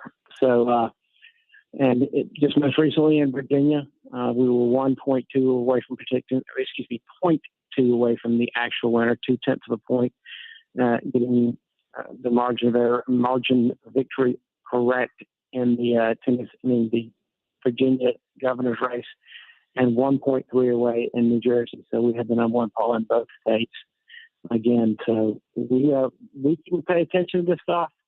We have a lot of members that in our group that want to know what's really going to happen. They kind of come to us for not so much a agenda-driven look, which so many polling companies provide, not even a partisan look, a cold, hard truth look. And this is what we feel like the race is. We don't really play any favorites in this stuff. It's just what we see. You know, I love how you're presenting this because Ryan Wiggins, who is part of the show, he's not in here right now. He loves polls and he loves to bring polls to the show and talk about them. And I very regularly don't love polls because kind of to what you're saying is there's so many entities out there that will poll something for the purpose of pushing an agenda. So you figure out what the outcome that you need to be able to prove to people, and then you go shopping for the poll that makes you feel good about your position. What do you do? What's the process behind the Trafalgar Group that separates what you, Robert Cahaly, do versus these other places that might be a little more purpose-driven towards a political end? Well, first of all, we don't really come at it, like I said, with an agenda. Whether it's media polls that are pushing the agenda of either the ideologues that are in their newsroom or the corporations that fund their newsrooms, they have an agenda. Most of the polls that come from, partisan companies that represent campaigns, they have an agenda to make their candidates look good. And so you always have to ask the questions. I mean, people are like, well, you should trust the polls from the schools. I mean, when's the last time that you thought of a college in America not having a political agenda? Of course they do. Right. I mean, imagine how outraged they would be if the polls did due diligence for a certain political perspective. So that's first. We don't bring an agenda to it. Second, we do things very different. We're industry disruptor. We reject most of polling orthodoxy. You'll never see us present a poll for a state with under 1,000. So you see all this, what I call nonsense. These polls, 500 or 600 people can tell you what the millions of people in the state of Missouri think. That's ridiculous to us. Every poll we have, every state, every time, over 1,000. Also, we don't believe in long questionnaires, because what I know when you're trying to poll a horse race ballot test, something of like the head-to-head of the candidates, you've got to get everybody to participate, because some of those people who are not deep in their political involvement, deep in their political understanding, deep in political information, are the kind of people who aren't going to take 25-question poll. The most common question we get is, how long is this going to take? People have lives. They got stuff to do. So if you can tell them, hey, we're going to be done in 3 minutes, we're going to ask you 4 questions, they'll hang on. But if you tell them some kind of nonsense of this 35 questions, what I say is you always get people who care too much. People on the extreme right, extreme left, or worse yet, people who have nothing better to do. Yeah, it's not a good representation of America, a good cross-section. It reminds me of when I took my ACT in science, which is my least favorite subject, was at the end, and I was just kind of over it by then. I just was like filling in circles. We're speaking with Robert C. Cahaly, the chief pollster at the Trafalgar Group. You definitely need to go to the trafalgargroup.com to see the work that they are doing on a whole host, .org. You're exactly right. The trafalgargroup.org.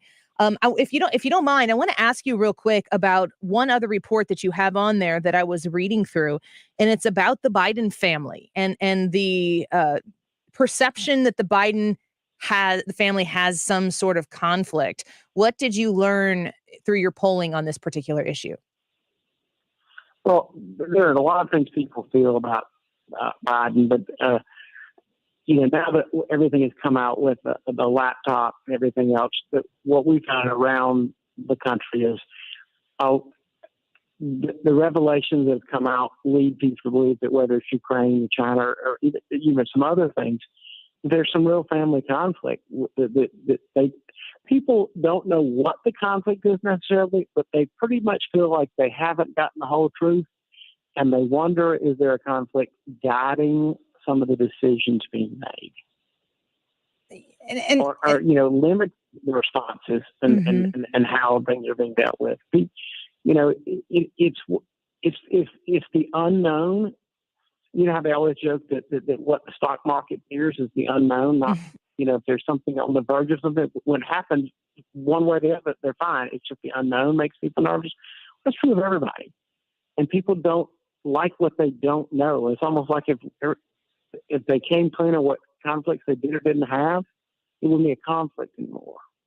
And in the way that I'm looking through the report here on the Biden family conflict question, it is interesting to me that 1 in 4 Democrats that were polled do consider the conflict to be of an issue, with over 12% saying they're not sure. So just 62% of Democrats say no, that it isn't an issue. Well, and this is, and what I've noticed about that margin is that was right along the same margin of people that affiliated with Democrats who said, had they known that the stuff about the Hunter laptop was real, it might have affected their vote in 2020. This is not a partisan. It is not completely partisan. Some of this distrust and dislike. We see it all the time. We put out something. We talk about the generic ballot. What people are saying they're going to vote in 2022, and they'll say, "Well, hey, how in the world? It could be 12% or 13% or 11%. How is this possible? That many people become Republicans?" I'm like, no, the Republicans put the generic ballot, but it's not because people are becoming Republicans. It's because they don't like what they're seeing out of the Democrats. They are Democrats. They just don't like what the Democrats' agenda is. It's like you've been at a casino all night, and every time you keep playing red, you're losing. And you say, "Man, I really like playing red, but I'm going to play black for a while and just, well, if I got to lose, let me see what happens." It's a great. So there are Democrats who are saying, "I'm going to vote Republican, see what I got to lose." And so what I would tell the Republicans is, they may vote for you in 2022. Can you earn their vote after that? Sure. Yeah. They got to vote, be encouraged to vote for something, not just against something. Robert Cahaly, a true pleasure to speak with you. I'm going to be looking for that. You said the next Missouri poll you have coming out is in the primary. That's tomorrow. That's awesome. We're going to have a new poll in the primary. It's going to show a very tight race with the top three. It's tightened up a lot. A lot of things have been happening in this thing. Well, if you don't mind, we're going to reconnect with you on that and get your updated thoughts on it, because certainly here in St. Louis, a lot of interested parties. We've talked with a majority of the candidates on this show, and we are interested in how this primary race goes, but certainly also the general in November. And your polls are going to be a key part of keeping us guided throughout the process. Robert, thank you. A true pleasure to have you here with us today. Right. Absolutely. All right. Great job, y'all. We'll do it again. Bye-bye.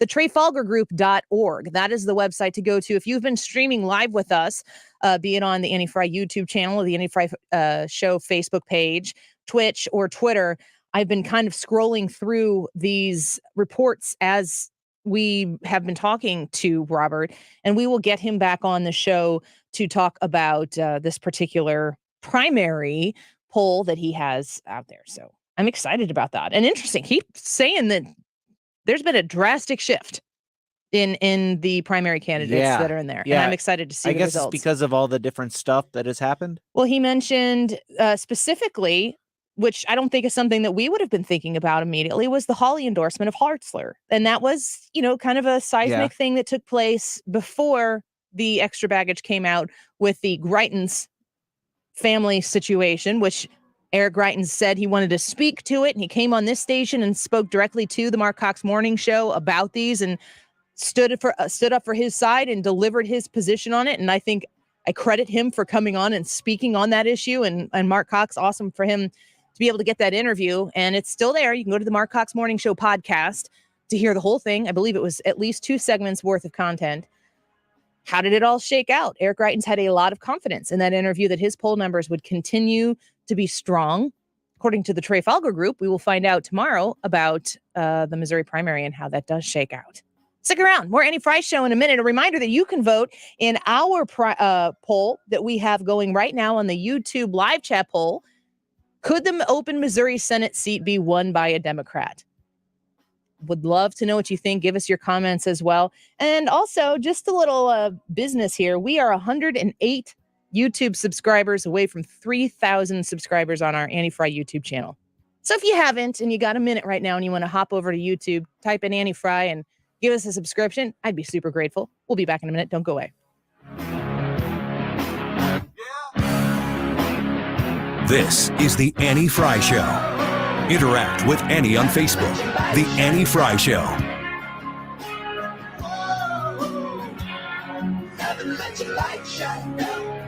The Mark Cox Morning Show. There's no saying poo-poo or get off the pot, but the other word is not poo-poo, but I just want to make sure I don't have to get censored here. Poo-poo or get off the pot. Jesse Jane, you just made my promo for tomorrow. Thank you. Poo-poo or get off the pot? Yeah. Weekday mornings 5 to 9.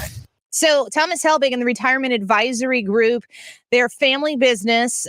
Thomas has been in the 97.1 family for years and years, helping people like you secure their retirement to make sure that they're confident that the effort they've put, the sacrifice that you've been putting into saving for retirement isn't going to bottom out in the bottom of the ninth inning when something crazy happens in our economy, if you could imagine that happening. Thomas Helbig is going to give you that life preserver you need before you need it to make sure that you can be one of the clients who he's had who's never lost a penny. It's an amazing thing, and he can just give you the worry for retirement that in many other cases you wouldn't have if you didn't work with a guy like Thomas Helbig. His nephew, Bob Kershaw, and his wife, Tammy, help him with this family business, and they're waiting for your phone call to get you started down this path. 314-993-9494. That's 314-993-9494. Give them a call, set up your no-cost, no-obligation retirement review, and you'll be glad you did. You can learn more online at retirementkey.com. Hey guys, it's the new year. Are you still struggling with erectile dysfunction? I've yet to meet anyone that enjoys timing those intimate moments around a pill. Well, now you don't have to. The advanced wave technology at Pineview Medical has been shown by Cambridge University and the Cleveland Clinic to restore and even regrow blood vessels. It can improve circulation and eliminate erectile dysfunction. No pills and no side effects. If you're ready to put a stop to your ED, call us in the next 2 minutes and you'll receive a consultation, assessment, and blood flow ultrasound free, plus a special gift that produces immediate results in the bedroom. You're going to love that. Trust me. This is a $600 value, free to callers now. 314-530-7777. That's 314-530-7777. Guys, get rid of your ED and get that spark back. Call Pineview Medical now to qualify. 314-530-7777. The Fed has raised rates. But there's still time to lock in Golden Oak Lending's low 3.25% rate. I'm James Hawkins, president of Golden Oak. With home values at all-time highs and our low rates, you can pull more cash out of your home. Call 314-567-GOAL today. Golden Oak Landing cured my blues. NMLS 114937, 3.25% fixed, 4.361% APR. FHA 15-year mortgage with 20% equity and approved credit. Real estate prices are through the roof, right? Home buyers are paying way over asking price. You're tempted to sell, but you're not 100% sure you're ready to move. In a perfect world, you could sell your home for full value, bank the cash, and continue living there as long as you like. Well, I found your perfect world at Truehold.com. This is life-changing. Truehold will pay you 100% of your home's value, 100% in cash right now. And here's the best part. You don't have to move unless you want to. You can stay in your home as long as you'd like. Truehold covers all property taxes, insurance, repairs, and maintenance too. Let's review. Truehold pays you 100% of your home's value in cash within 30 days. Use your cash to do anything and everything you've dreamed of doing. Travel, pay off debt, or buy that new right-size home on the golf course. Call 1-855-300-9993 or visit Truehold.com and discover the smarter, faster alternative to cashing out your home's full value without having to move. That's 855-300-9993 or go to Truehold.com. The only person who can change your life is you, but you need to know how. Listen to my show, The Del Walmsley Radio Show, where the hype ends and the help begins. Listen to the Del Walmsley Radio Show this Saturday afternoon from 1 to 2 p.m. on 97.1 FM Talk. You're listening to the Annie Frey Show live from the Air Comfort Service Heating and Cooling Studio. In addition to heating and cooling, Air Comfort Service also offers indoor air quality, water heater, and AeroSeal duct sealing services. Get in your comfort zone with aircomfortservice.com. Information to keep you moving. Dependable traffic mornings and afternoons with Sue Thomas. Driven by Ambassador Midwest Floor Company, the best way to deal with in-home traffic. Experience more at Ambassador Midwest Floor.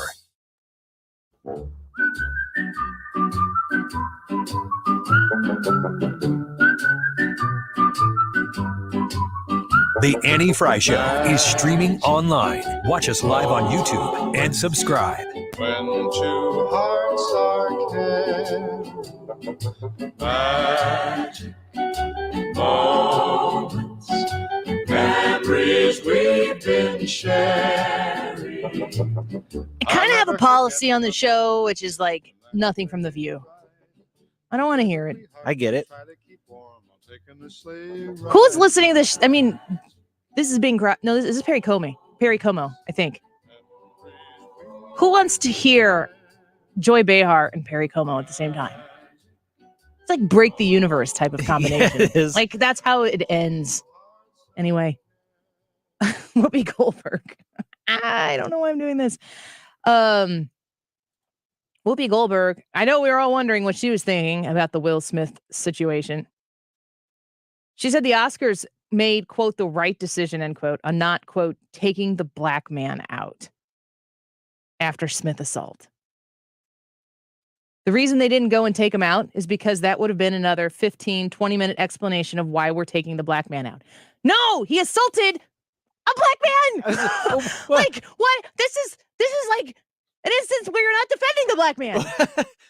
Yeah. Does the black assaulter trump the black assaultee? It does in today's modern left. It does. That's sad. It is. If that's not evidence of it, I don't know what else you can do, because you had one black man slapping another black man on national TV, and they're making the one who slapped the other the victim. During the opening segment of ABC's The View, the liberal co-host, praises from Fox News, praised what she said was Oscars producer Will Packer's decision not to immediately remove Smith because it would have required an explanation as to why they were removing a black man from the room right before he found out whether he won an award. No one wouldn't. No, that is so stupid. Nobody needs an explanation. Like we said yesterday, it's the most reviewed thing on the face of the planet right now. Everybody knows. What? What do you have to say for yourself? He smacked that guy in front of everybody. Roll tape. And then you're there. She said, quote, the thing I also need to tell people is the reason no one got up to comfort Chris is because they weren't going to let anybody else on the stage. There were people there for Chris, Goldberg said. Followed up by, the reason people got up and went over to Smith is because I think a lot of people thought, oh my God, is he having a break? Do we need to get him out? What do we need to do? The reason they didn't go and take him out is because that would have been another 15, 20-minute explanation of why we're taking the black man out 5 seconds before they're about to decide whether he's won an Oscar or not. False there, too. They knew that he was going to win Best Actor, which is why I said, would they have removed him if he was not the person who is winning Best Actor? They're not deciding who wins Best Actor that night. Right. That's not brand new information. I mean, it's on lock. Who who get to know. Somebody had to put that in the envelope. They already knew, right? They're not printing the envelope out, sliding the card in, and then handing it to the presenter as they're walking on. They knew. Co-host Joy Behar suggested Smith might need therapy because of a traumatic childhood memory of abuse between his parents. He previously recounted, while guest co-host Tara Setmeyer, I don't know, argued that just because the reason behind the assault couldn't be explained didn't mean it should be excused. Well, I agree with that. She's probably the conservative fill-in. Air quotes. Sonny Hostin praised Rock, saying that he was the victim and that, quote, he took the high road despite Smith's actions. Quote, he was the victim here, but let's also know that everything that needed to happen that evening happened. Chris took care of his business, and he is the adult who said, you know what? I get it. I'm going to let this do what it needs to do. We all saw it. We know what happened. Goldberg responded, ending the segment. This is the opposite of what she started the segment with. What's wrong with these people? Why am I talking about this? This is why I don't talk about it. It just makes me mad. And I bet it makes you mad too. Weird that you can make a literal black on black crime about, I mean, I don't know the rules. There are no rules. No, it's not about their skin color. Like, that is the thing, Whoopi Goldberg. That's the whole point. Will Smith smacking the bleep out of Chris Tucker, his words, not mine. Rock. Oh, they're different. Yes. Chris Tucker is Rush Hour. Right. Chris Rock is like in Grown Ups, which is such a funny movie. I like both of them. I think Chris Tucker, didn't he fall on like super hard times financially? I'm going to Google that in the break. Yeah, you need to, because now you've got me thinking, it's like, I think maybe he did. Yeah. So anyway,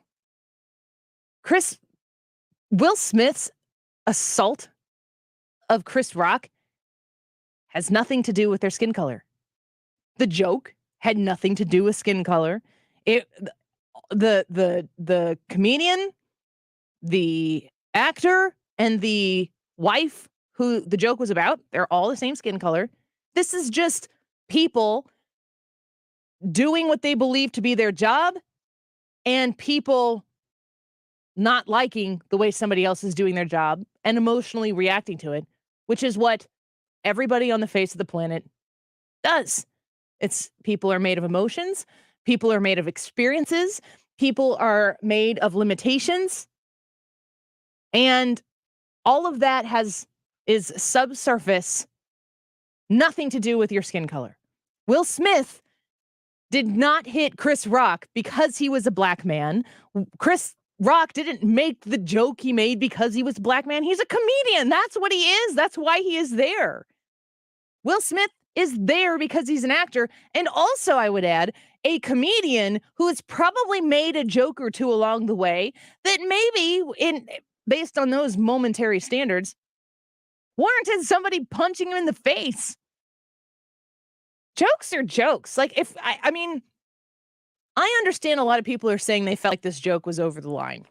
I love comedy because comedy exposes it's a constant reminder of the First Amendment and the importance of being able to say anything. And that free speech that needs to be protected is not going to be the speech that everybody likes to hear. And we don't have the right to not be offended. That's nowhere. The suggestion that someone's going to say something that offends me, people say stuff that offends me every day. I have no right to assault anybody. I can understand people wanting to defend themselves and stick up for themselves or their loved ones and making a bad decision because of it. And Will Smith has come out and he's apologized for it. And I thought his apology was pretty good. I don't really need to follow through on the story. Like, it is what it is. And it's not like I need a resolution. I don't care that much. But I also cannot stomach the suggestion that there was black privilege. That's what Whoopi Goldberg is saying, that Will Smith had black privilege on the floor there, which is why he got to stay.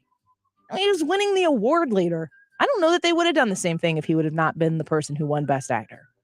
All right, 2:00 hour on the Andy Frey Show rolling around. Go vote in that live chat poll on YouTube. Could the open Missouri seat be won by a Democrat? The nerve to send you some flowers and flowers. When you own a small business, sometimes you need funds fast. So go to OnDeck, America's largest online small business lender with over $14 billion funded. OnDeck makes it easy to apply in minutes and, if approved, get your loan as soon as the same day so you can get back to business. Go to OnDeck.com. Your loan is on deck.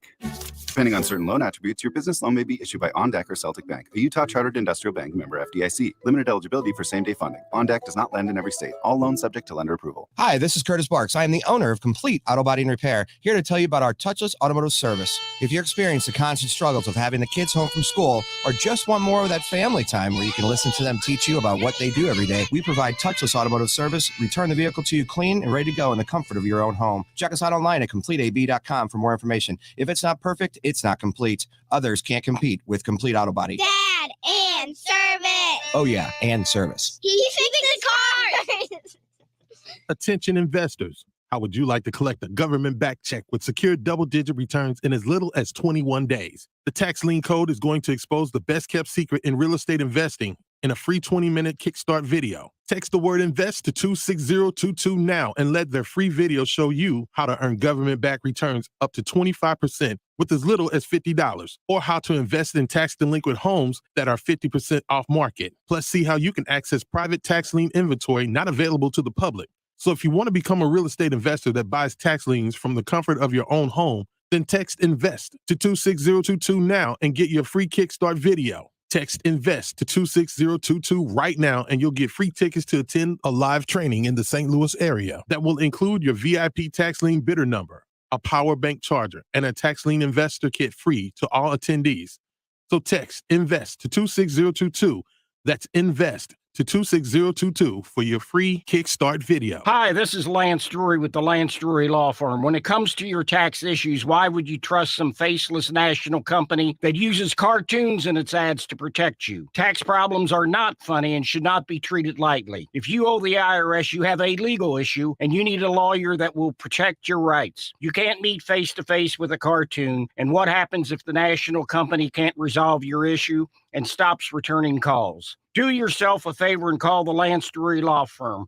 Our office is right here in St. Louis. I am a local attorney specializing in tax resolution. You can come in and sit down with a licensed, experienced attorney and put a name with a face. When it comes to tax issues, don't go with a cartoon. Get serious help with the Lance Drury Law Firm. Remember, if you have IRS issues, you have legal issues. Call attorney Lance Drury, 314-260-6120, or go to Lance, DRURY law.com. The choice of a lawyer is an important decision and should not be based solely upon advertisements. KFTK FM Florissant, driven by the Bomarito Automotive Group, 97.1 FM Talk. An Odyssey station.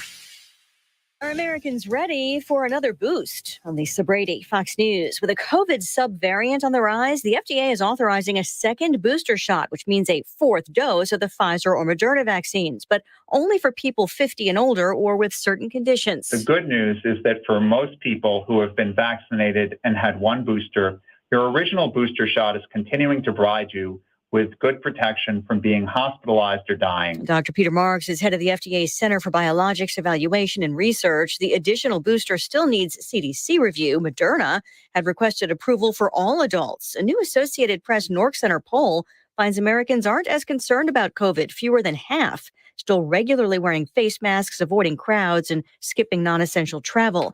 21 states say it's time to end mask rules on airplanes and at transportation hubs. Florida leading a multi-state lawsuit that challenges the federal government's authority over that mask mandate. President Biden hosting a White House meeting with Singapore's prime minister and discussing Ukraine. Fox's Gernal Scott has this live. Lisa, Prime Minister Lee Sang-loon pointed to what he called Singapore's staunch support of international law in condemning Russia's march into Ukraine. The unprovoked military invasion of a sovereign country under any pretext is unacceptable. President Biden took a wait-and-see approach to recent word of a promised Russian pullback of troops from major Ukrainian cities. I don't read anything into it until I see what their actions are. We'll see if they follow through on what they're suggesting. He added that Russian sanctions and defense support for Ukraine will continue, Lisa. Thanks, Gernal. Ukraine and Russia holding peace talks in Turkey earlier today, each side with encouraging statements afterward about laying the groundwork for peace efforts. America is listening to Fox News. Research shows that people remember radio ads with a booming voice that emphasizes all the main points. So to help you remember that Liberty Mutual Insurance Company customizes your home insurance so you only pay for what you need. That part is super important. Here's one with a booming voice. I'm emphasizing everything. Liberty Mutual customizes your home insurance. Like a page with every word highlighted. Only pay for what you need at libertymutual.com. Liberty, liberty, liberty, liberty. Liberty, liberty, liberty, liberty. Finding great candidates to hire can be like, well, trying to find a needle in a haystack, but not with ZipRecruiter. Its powerful technology actively finds and invites qualified candidates to apply to your job. So while other companies might deliver a lot of hay, ZipRecruiter finds you the needle in the haystack. See why 4 out of 5 employers who post a job on ZipRecruiter get a quality candidate within the first day. Try ZipRecruiter for free at ZipRecruiter.com/trial. That's ZipRecruiter.com/trial. Air Comfort Service Heating and Cooling weather with Chief Meteorologist Dave Murray. The southerly flow bringing springtime back this afternoon. More clouds and sunshine, windy. 69-70 for the high today. That's quite a bit warmer than yesterday. Maybe a spot limited shower, but tough to find. Tonight, cloudy, windy, a couple of showers here and there. 54. Wednesday, windy with periods of rain. Some rumbles of thunder in the 60s. Keep the showers and thunderstorms around Wednesday night. This is 97.1 FM Talk. Chief Meteorologist Dave Murray. Right here, right now. I was very disturbed during the debate when candidate Biden lied to the American people about the laptop. He's squarely confronted with the laptop, and he suggested that it was Russian disinformation and pointed to the letter written by some intelligence people that was baseless. 97.1 FM Talk. And now's the time when things are shifting. There's gonna be a new world order out there, and we've got to lead it. Right here, right now. This is Wiggins. This past weekend, my wife and I went and spent a one-night little short vacation in Herman, Missouri, and we found a restaurant in New Haven that had a salad dressing that was the first time I've ever tasted something that tastes like Andrea's salad dressing. Because how many times can you honestly say that you've tried something that is completely unique? We are blessed in the United States to be inundated with so many options and flavors that it's hard to find something that you've never had before. But that is Andrea's dressing. Like I said, I very rarely ever found something that tasted even remotely like it. This wasn't exactly, but it was close. But you can buy it now because they are releasing this to stores in Schnucks, Dierbergs, some Walmarts. I believe Straub's carries it. They are things that in other cities, other places, parts of the world, they have to seek them out to find these unique flavors. We have them available right here because they're made right here in St. Louis. Go to Andreas.com if you'd like to order some, or you can pick some up at the restaurant in Fairview Heights and O'Fallon. Andreas.com. Imagine what a new coat of paint can do for the interior of your home this spring. This is Mark Reardon for CertaPro Painters. And CertaPro can get it done for you. I've depended on the pros from CertaPro for more than a decade now. They painted room after room, and one of the reasons I keep hiring them is because they simply knock it out of the park, and I don't have to do the work. Each CertaPro Painter's business is independently owned and operated. Transform your home or business this spring with the help of CertaPro. Get started with a free estimate at CertaPro.com. That's Certa with a C. CertaPro Painters, proven and trusted experts in painting. Stop everything you're doing right now and ask yourself, are you currently receiving steady paychecks? What about when you're retired? Will you receive a monthly check to cover your expenses and also have some fun? Marvin Mitchell and the team at Compass Retirement Solutions calls this mailbox money. It's a monthly check you'll receive throughout retirement. They don't want you to worry about if the money will show up or how much money you'll receive. The only thing they want you to think about is how to spend it when it arrives. Find out how to get enough money in your mailbox every month when you're retired. Call Marvin Mitchell and the Compass Retirement Solutions team at 314-373-1598 to start working on a plan that can help you create the monthly income you'll need in retirement. Call 314-373-1598 right now and schedule a visit with Compass Retirement Solutions. 314-373-1598. Firm offers insurance services, investments, and services offered through Compass Retirement Group, a registered investment advisory in Missouri and Illinois.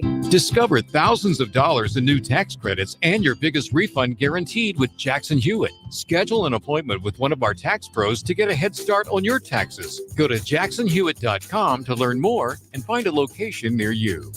Tony LaRussa here. Men, are you running out of stamina rounding third base? If so, call my friends at Victory Men's Health in O'Fallon, Illinois. Scoring at home is important, just as important as crossing the plate with the winning run. VictoryMen'sHealth.com. You can ask your smart speaker to play 97.1 FM Talk and stay connected to everything happening in the world, the country, and the community. It's all through the new Odyssey app. 97.1 FM Talk. This hour of the Annie Frey Show is sponsored by The Loading Dock, River Views, outdoor dining, live music, and overnight accommodations. Visit GraftonLoadingDock.com. That is exactly what I needed to hear. Thank God someone here knows what they're talking about. That's us. That's right. Gotta love this American ride. Right, you need to take the time and get the full picture. Come on, turn the radio on. It's Saturday and I won't be long. Don't get me wrong, I love the ladies. I mean, they rev my engine, but they don't belong in the newsroom. It is Anchor Man, not Anchor Lady. What do you want from me? I'm not America's sweetheart. Goodness sake, kid. Keep your voice down. Your father's listening to the radio. I'm not America's sweetheart. This is the Annie Frey Show. Well, welcome back. It's Tuesday. You're listening to the Annie Frey Show here on 97.1 FM Talk. Real quick pitch here for you to go vote in the Annie Frey YouTube live chat poll, which Hannah will come in and update us on at about 2:45 in that segment, the last segment of the show here. Could the open Missouri Senate seat be won by a Democrat? Simple yes or no. We have about 80 votes in right now. Would love to get this over 100 votes. So I want to know what you think. And folks, if you're listening right now and you're not in Missouri, this seat is a huge seat. And if this seat were to go blue after Roy Blunt retires, if the seat were to be won by a Democrat, that would be quite the earth-shaking shift there in the Senate. If you have hopes that the Senate will be at least +1 to the GOP, you can't lose Missouri. in an effort to make that happen. The House, I think, is going to be catastrophic for the Democrats. The Senate, no idea. So go vote in that Annie Frey YouTube live chat poll. Could the open Missouri Senate seat be won by a Democrat? Did you want to say anything about Trafalgar before we move on? I loved listening to him talk about his methodology, specifically the question about how many questions they ask. How important is that? And you never hear about that kind of stuff because he's right. You get extremes on both sides that will do a whole poll if it's 30 questions long, but you get the average person who will do 4 questions. Love that stuff. Do you take polls when you get calls? Yeah. And I'm an extreme person, so I'll do all 30 questions. Keep hitting that right. Mm-hmm. You're always like, you have no idea what you're getting yourself into, That's pollster. right. That's right. He's good at what he does. Brad, what about you? Do I take polls? I don't think I've ever been called to have a poll taken. Really? I do. You take them? Oh, yeah. Right? Except for sometimes, not always, they'll say, do you or does anybody in your home work in the media? And then they say you get cut from the list. Yeah. Yeah. Because I'm honest. Yeah. You know what? I haven't had any in the last couple of years. Maybe I answered one of those the same way and I got cut from all the lists too. I did get asked. My husband usually one of us gets the call and then the other one gets the call the next day or the next 2 days. But he got a call and they're like, okay, we'd like to take this. I always ask who's paying for the survey. I always want to know that before I take it as well. Who's conducting the survey and who's paying for the survey, and they won't really ever tell you who's paying for it. But sometimes they do. I always like to just see what question. I always like to see what they'll tell me. You can usually tell by the end of the survey who's fishing for what, or at least I can. But my husband got the call the day before I think I did. It was like, we're conducting the survey for blah, blah, blah, blah, blah. And then we need to ask you a few questions here before we continue on with the survey. And basically they determined that he was a white man. And they're like, well, we've met our quota for this group, but thank you for your time. Yeah. And then the next day they called me and I answered the demographic ones and they were like, well, thank you for your time, but we've met the quota. So, really? Wow. But I would, it doesn't, folks, like African-Americans are 13% of the country. So I think that Latinos combined with African-Americans is very close to making white the minority to non-white in the country. Mm-hmm. No, I know what you're saying. But, if you're trying to make sure that you poll this many Latino, this many black people, this many white people, I understand why they want to do that. So I didn't take that too personally. I could see how some people would hear that and be like, oh, they didn't want to talk to me because I'm white. And I'm like, well, if everybody who takes this poll is white, that's not a very good representation. So, well, that's a really interesting point that you're making, because what more than even the results of the poll, because in this election is going to be different because the polling for the president is so low. It's historically low for a Democrat, especially. But in most midterms or presidential years, you kind of have an idea, especially by state, what's going to be what. So more important sometimes than the poll itself is how they weight the poll. And he does a really good job of figuring out what... You're talking about Robert Cahaly from Trafalgar Group. Trafalgar. He does a really good job, and I'm sure his team, not just him, but they do a good job of figuring out what voter turnout is going to be, because that is so key to elections now. And whoever can figure out that the best usually is the most accurate. That's one of the reasons they're the most accurate. So if you wanted to hear that interview, we did it at 1:25. If you listen on the Odyssey app, you can rewind on the Odyssey app. You just got to find 97.1 FM Talk there. Super simple to do. And make sure you favorite the station while you're on that Odyssey app and rewind to 1:25 and listen to what he had to say specifically about their polling in the Missouri primary.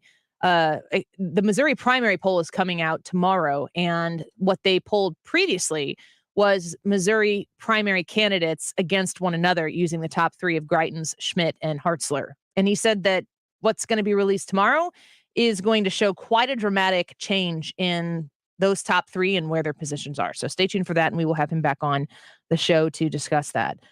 And a reminder, we do want you to vote in our poll, the live chat poll. Could the open Missouri Senate seat be won by a Democrat? Do you think it could, Brad? Could it be won by a Democrat? Absolutely. I think that it could be. I personally think it'd be if you put the wrong candidate up against the Democrats. What about you, Ryan?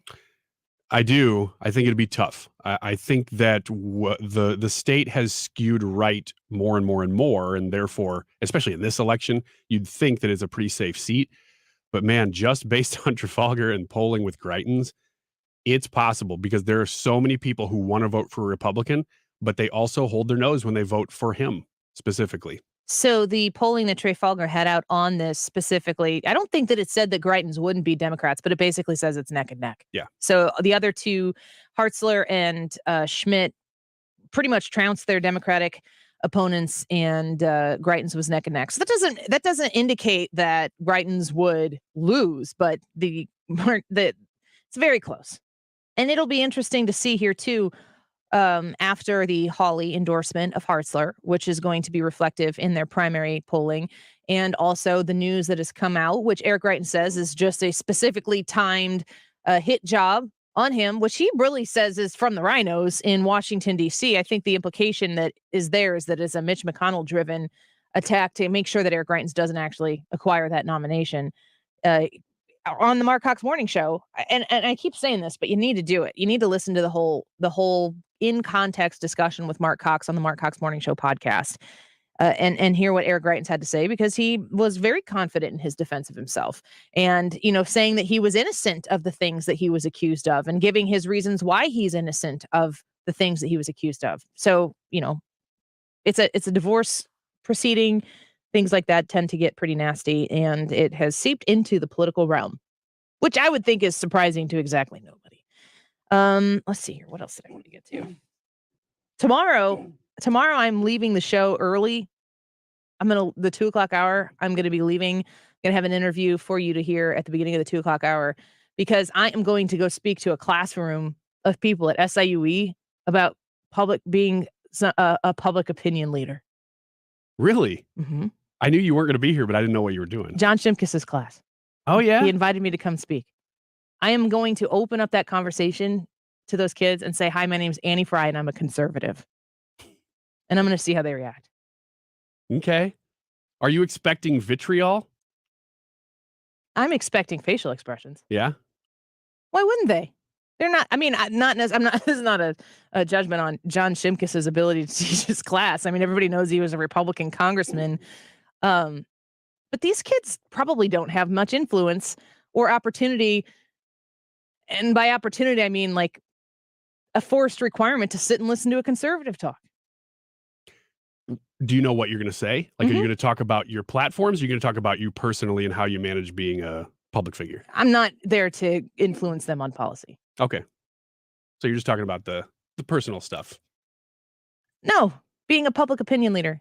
It's about, I am in the line of work where I have the distinct privilege, and I do not have any delusions about the platform that I have and the ability that I have to persuade public opinion. And if I do my job well, I'm at least persuading you to tune in for 5 more minutes each day, or to, if you've ever had the opportunity to be listening to the show or an interview that I'm doing, or, if whoever your favorite 97.1 personality is, Mark Reardon's going to do this, and Mark Cox going to do this, Kilmeade's certainly going to do this, where you're at the grocery store, you need to run in and get a few things, but you got to hear the end of the Brian Kilmeade interview with Britt Hume. And that means you sit in the car for 3 extra minutes where you're just sitting there because you need to listen. Because the opinions and the conversation that a Brian Kilmeade has to offer, or a Britt Hume, both being public opinion leaders, has to offer, is of value. I'm still here, so somebody is estimating that I still have value when it comes to being a thought leader, or more importantly in this industry, a communicator, because you can have great thoughts and opinions, but if you can't articulate them, it does not matter. Tree falls in the woods and no one's around to hear it, doesn't even matter. It doesn't make a sound. So I think that the really interesting thing, if I can impart on these students, I'm not going to call them kids because some of them could be certainly older than I am, is not what to think, but how to think, how to process information, because that's the opposite of what universities are doing today. I mean, Brad, if you're going to go into a classroom and you're going to sit down in a classroom, I think the assumption is by most people probably who are listening to us, and certainly we have a lot of anecdotal evidence to suggest this is true, that you're going to go into a 4-year college campus and you're going to come out with a specific ideology. And if you didn't come out with it, you came out with like conflict and throughout the process. Yes, that got you to where you are thinking for yourself. It's not the way university is supposed to work, which is to encourage people to think, not what to think. Right. Teach them how to think, not what to think, how to examine evidence, how to come to your own conclusions. And that's the point of discussion in the classroom, right? So that you discuss, you hear other people's conversations, their points of view, how they came to them, and then you can gather that information and make your own decision on it. But it's less and less like that, and more of an echo chamber where the instructor says one thing and then gets people that respond with that, and they don't really allow for an open, honest conversation. I just kind of want to open that conversation and say to people that I'm a conservative and see, because you can kind of take it multiple directions after that, and to see the initial reaction. Maybe my assumption of these students and how they're going to react to that is exactly the same thing that's wrong with the anticipation that I have of their assumption of me. So we come into this room together, we have this conversation, and I'm assuming how they're going to feel about me when I walk in. And if they hear that I'm a conservative, whether they show me with their facial expressions or like get up and walk out or throw something at me or just sit there with blank stares because they would rather be anywhere but class right then, which I could totally relate to. That those predetermined assumptions do have the opportunity to break down our willingness to see the other side. And that's going to be what I talk to him about. I hope that's what Mr. Shimkus wants me to talk about, because that's what I'm going to do. After it's over, it's like, thanks for having me. I guess I'll know if I get the invite back to his next class. But I do appreciate the opportunity to speak to his class. I'm grateful that he asked me to do it. I appreciate being able to go back to SIUE, which is where I got my degree from, my TV radio degree from, and have that conversation. I was definitely one of the few people who embattled myself through college in the early 2000s when we were going to war and having these discussions and pushing back, and some things that I remember arguing for and against. I don't know that I would do the same now, have the same positions, but I did it. It's just shocking to probably exactly nobody. And it was kind of like I came out with my own thoughts and opinions in spite of all of the efforts of everybody else. And it is so funny to me to meet people again that I went to college with, and they're always like, "Oh, you used to fight with all the time," and I was always like, they all tell me that they 100% agreed, and I'm like, you should have said something then. Don't tell me now in private or like 10 years later. Where were you then? But it just shows you that it's like important to speak up, and it's important to articulate respectfully your side of things and remind everybody else that's around there that maybe there's an alternative viewpoint. There's nothing wrong with that. So that'll be tomorrow. And I am turning the show over to Brad and Hannah and Trisha and Ryan. And I got it all planned out, and Mom will be away. I don't want to be Mom. You're like Grandpa, so. We'll refer to you as Mom as long as you don't refer to me as Grandpa. Old man? No, that's not any better. Take a look at your life. I can't even finish those lyrics because, All right, we'll be right back. I got some. This is really, really funny. There's a woman who goes around and stands with cardboard signs of really funny, like thoughtful sayings. They're not protesting. She's just doing it on her own. I'm going to read them to you guys, and we're going to discuss if this is a good sign or a bad sign. So stick around. We'll be right back. Don't go away. The Annie Frey Show is streaming online. Watch us live on YouTube and subscribe.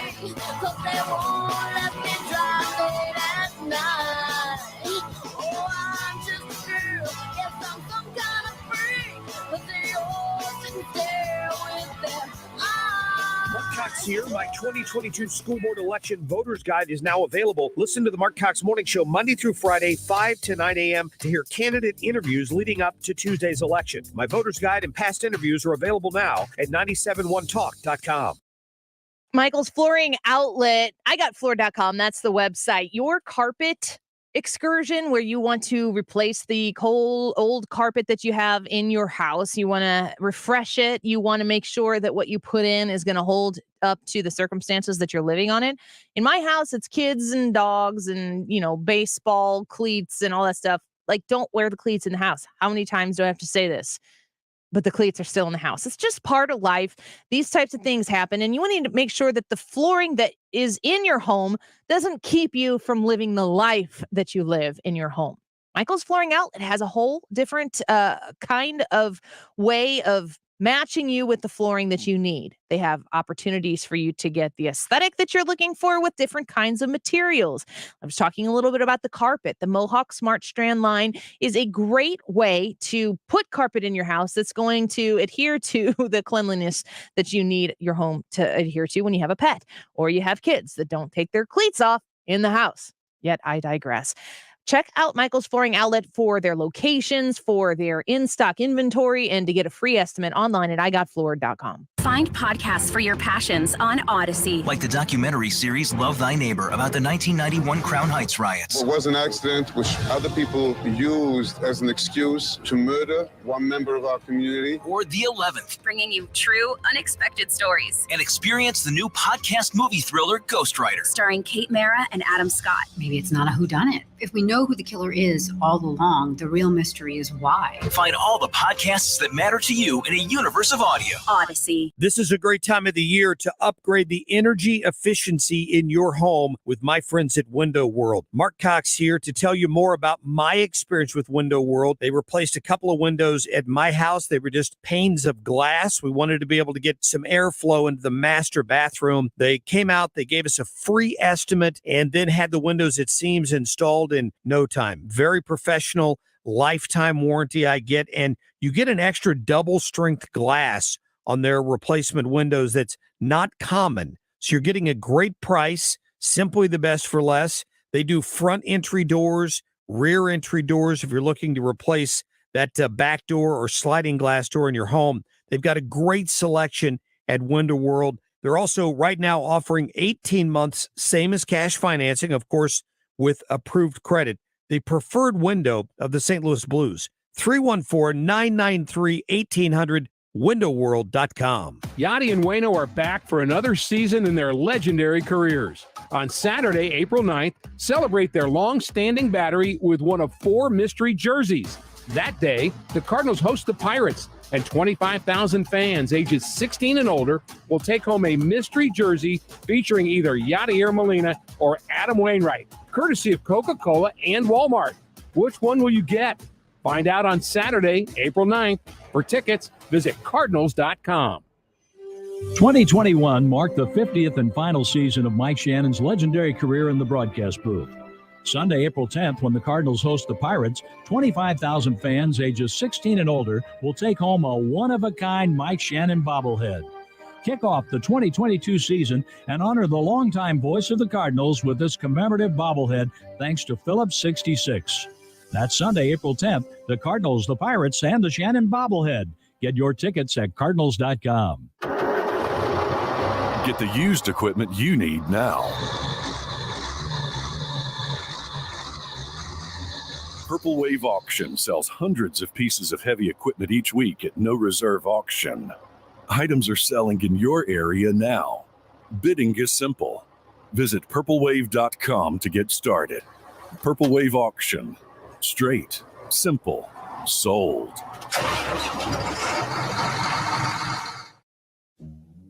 Dum dum dum dum dum dee doo be dum dum dum dum dum dum dee doo be dum dum dum dum dum. This is the Annie Frey Show. Follow Annie on Twitter at Annie Frey Show. Dum dum dum dum dee doo be dum dum dum dum dum. Dum be doo be dum dum dum dum dum dum be doo be dum. Wah wah wah wah. Well, love me, darling, come and go with me, come with me, baby, under sea. I need you, darling, so come go with me. All right, welcome back to the Annie Frey Show. Please go join us on that Annie Frey YouTube live chat poll. We're pushing 100 votes, 91 in right now. Could the open Missouri Senate seat be won by a Democrat? I am actually surprised by the results that are in here about how close this vote is actually right now. So we got 91 people who have voted. You just have to go to the Annie Frey YouTube channel and vote yes or no. Could the open Missouri Senate seat be won by a Democrat? Now, while you're there, if you don't mind, subscribe to the channel. We would love to have you be part of the Annie Frey YouTube family. We're 107 subscriptions away from 3,000 YouTube subscribers. So if you wouldn't mind joining us, we'd love to have you. All right. Have you ever heard of Dude with a Sign? Apparently that's his name. Yep. Have you heard of this, Brad? I've not heard of Dude with a Sign. Dudette with a Sign is the new one. So Dude with a Sign, you've probably seen some of these memes and stuff around. He basically just stands in a public place holding up a sign that has, it says, holding blatant yet relevant statements around town, although enjoyed by everyone. The signs are catered, these signs that I'm going to read you are catered more towards women. And it says, we're not mad about it. So you ready to hear some of these signs and tell me if you think this is a good sign or bad sign? Okay. You ready, Brad? Sure. The first one says, he's a keeper if he has good toilet paper. Not true. It's a good sign. Good sign. You say bad sign. Do you pay attention to the quality of your toilet paper? I do, insofar as how much did it cost? Oh my gosh. Okay. That actually makes me feel like it's an even better sign. What about you, Brad? Do I pay attention to the quality? Yeah. Yes. I mean, I notice it. It matters. It matters. It matters. All right, we're split. But I'm only gonna weigh in the effort of a tiebreaker. And good sign. Okay. Because the quality does matter. And if somebody is looking to buy the cheapest toilet paper, good to know. Well, hang on now. Just real quick. Now, I'm not, I will Now, not. hold on a minute. I will draw the line at 1 ply. We're not going to do 1 ply.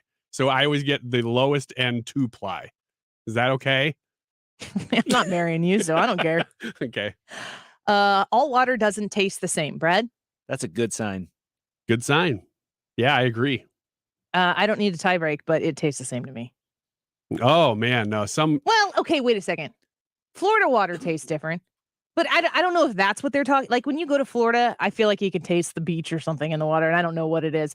But if you give me a Dasani and an Aquafina and a Smart Water, I'm not going to know the difference. Well, those 3 are purified water. Those will taste very similar. But like, there are people who are like, Dasani water is disgusting. No. And I'm like, no. No, I'm not on that level. But compared to tap is what I'm saying. Even spring bottled water and purified bottled water tastes different to me. If it's the same temperature, I don't think I can tell. The warmer it is, the worse it is. Yeah, the more you can tell. If it's cold water, I think I'm like, yum, cold water. Really? Yeah. I think the opposite. If it's colder, I can tell the difference more. I don't drink warm water, so that's probably why. We're all married and have been married for a while, but the dude with the sign says, ladies, buy your own hoodies. And her sign says, no. Does your wife wear your clothes? Yes. And it is a little bit annoying, but I also feel like it's a little bit college, and so it's a little bit cool. So you're kind of in her sign. I'm kind of okay with it. Yeah, I'm with her.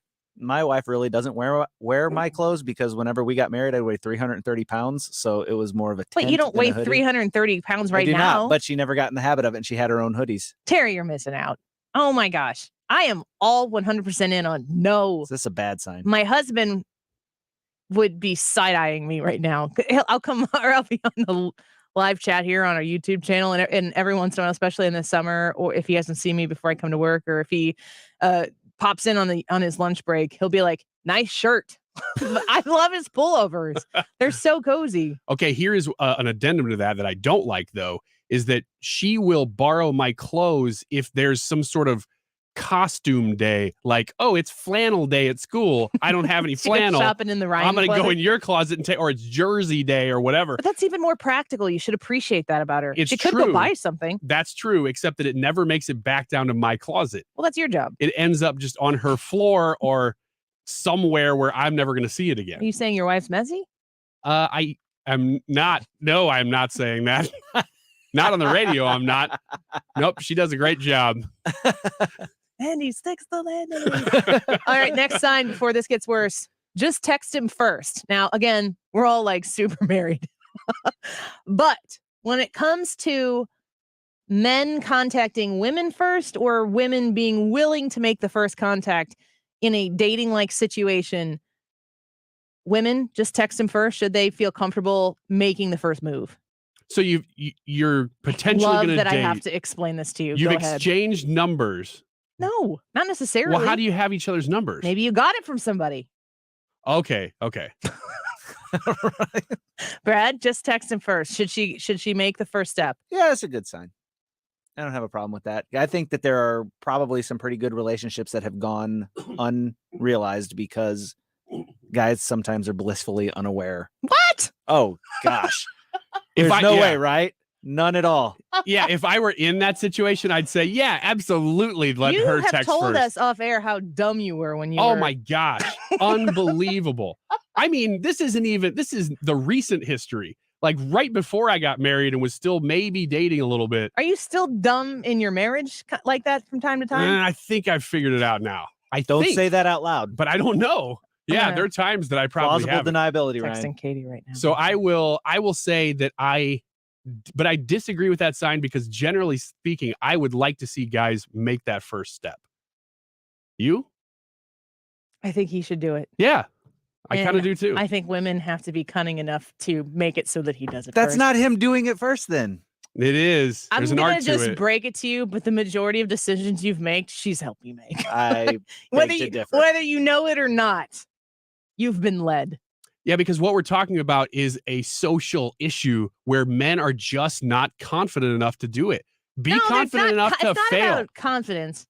At It's times about it is. oblivion. Sometimes it's a little oblivion. bit of both. Sometimes it's I don't want to be rejected. Eliza Schlesinger, is that her name? She's a comedian. Sure. She has a special that was on Netflix and it's called Elder Millennial. And she talks about how if you ask her about how she and her at that time fiance met, she has the whole story of how they met. If you ask him, his response is, she walked in the bar and I saw her. And she tells this whole story about being with her girlfriends and like making laps around the bar so that he will notice her like over and over and over and all the things that they do. And it is so emphatically true. Ladies, come onto the live chat right now and back me up on this. There is a lot of effort that goes into not making the first move. Yeah, but that's all part of it. That's all part of the game. And I think that it's a good game. It's an ages-old game that's changed with technology. And if the woman just makes the first text, then all of that goes away? Kinda. Except in my situation when I would have preferred that. Also, women who will make laps at the bar to be, she walked into the bar and I saw her. Uh-huh. Then like part of the game is making it so that you've been seen, but then pretending like you don't want to be seen and then having to go through the whole dang I thing hate again. that. I hate that. So just get over that. Make your laps, do whatever you got to do. It's part but of then the thing. don't do the It's part of the game. No, it drives guys crazy. Men have to pursue women to be pursued, but really the women are pursuing the men, pursuing the women to be pursued. The Yeah, I women are follow you. pursuing the pursuit. They Yes. want to be pursued because it Oh, makes them you're feel darn good. right. You're gentlemen listening right now. All of your women want to be pursued. I don't care how independent she is or how much she's got it together. You need to do something tonight that reminds her. And I'm talking about focused on her. Don't like, Don't do talking about stuff. Don't do what? This is for her, not for you. Honey, I'm in the bathtub. Okay. What does that mean? Well, I'm pursuing you. Oh gosh. That is the exact opposite of what I'm saying, just for the record. What she's saying is, guys, they just want you to pursue them. They don't care. They wanna be that wanted. They don't care that it's you pursuing them. They just want to be pursued. Well, if you're not going to pursue them and somebody else is, then it's It's all about the pursuit. Don't leave that avenue open. Here's another one. Sending memes is a love language. True. That's a I good agree. sign. That's a good sign. That's a good sign. Do you send gifts and memes to your wife? You know what? More recently, yes. Oh, all the time. Yeah. And it's funny. Do they send them back? Sometimes. She always sends me the one of Tyra Banks going like, I don't know why. It's like she has one meme and she No. sends it back Why? regardless of Don't the answer situation. that. It'd be like, do you want garlic bread tonight? Like, I don't even know what that means, but she just gets a kick out of it. And she thinks I don't it's think funny. it means what you think it means. You sent I'm him. still oblivious. Does she send him back? Oh yeah. Why is February spelled like that? It's another sign. It's a good sign. I like It's a that good one. sign. Yeah, that's good. And Wednesday. How about this one? It's cold is a valid reason to cancel. Depending on the event, yes. Yeah, it's a good sign. It's a good sign. They're mostly good That's signs. a good sign. Here's one. She's not flirting. She's just being nice. Ooh. That's a helpful sign. Ooh, that's tough. That's a helpful sign. That's tough because Isn't the man? Well, how is the man supposed to know? A male default, but that's the problem. I think the male default is generally she's flirting first. That's default. It's something that you might have to be reminded later on that no, she's just being nice. It should be flipped. Here's why women have to make 15 laps around the bar. Because we have no idea. Wait. Ryan, I just want you to know that you're telling this to men because women already get it. Yes. What men get frustrated with is I can't discern between those two dang things. Because if somebody is trying to flirt with me, a lot of times it looks the same way as if somebody's just being nice. So how am I supposed to figure it out?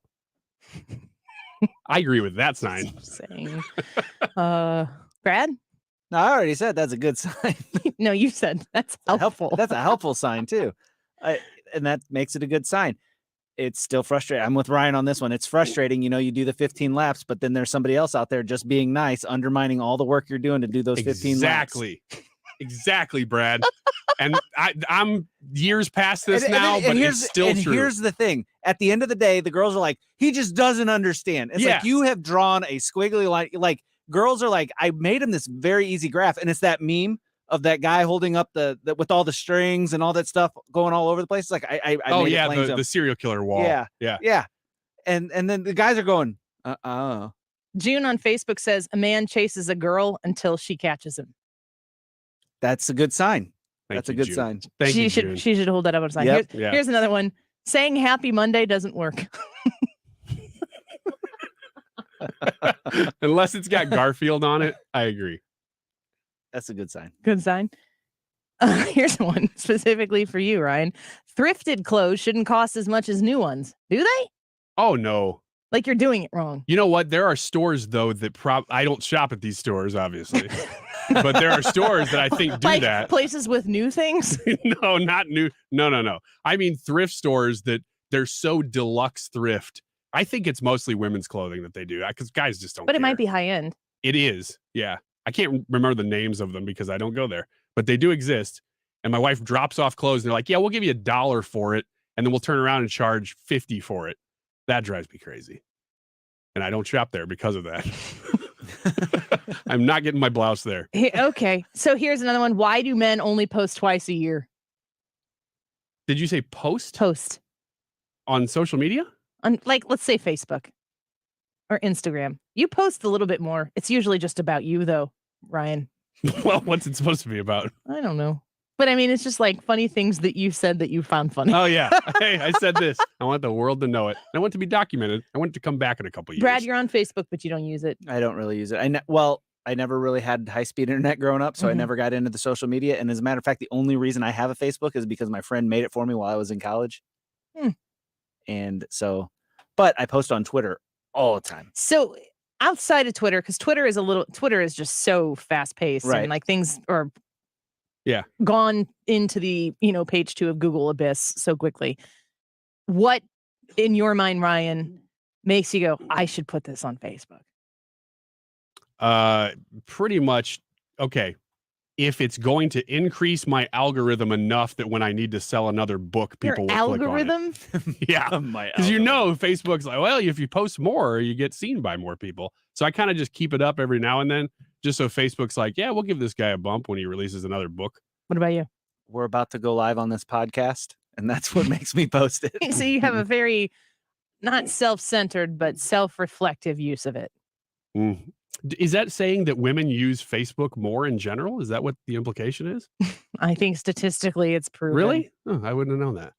Here's one. It's a birthday, not a birth month. Thank you.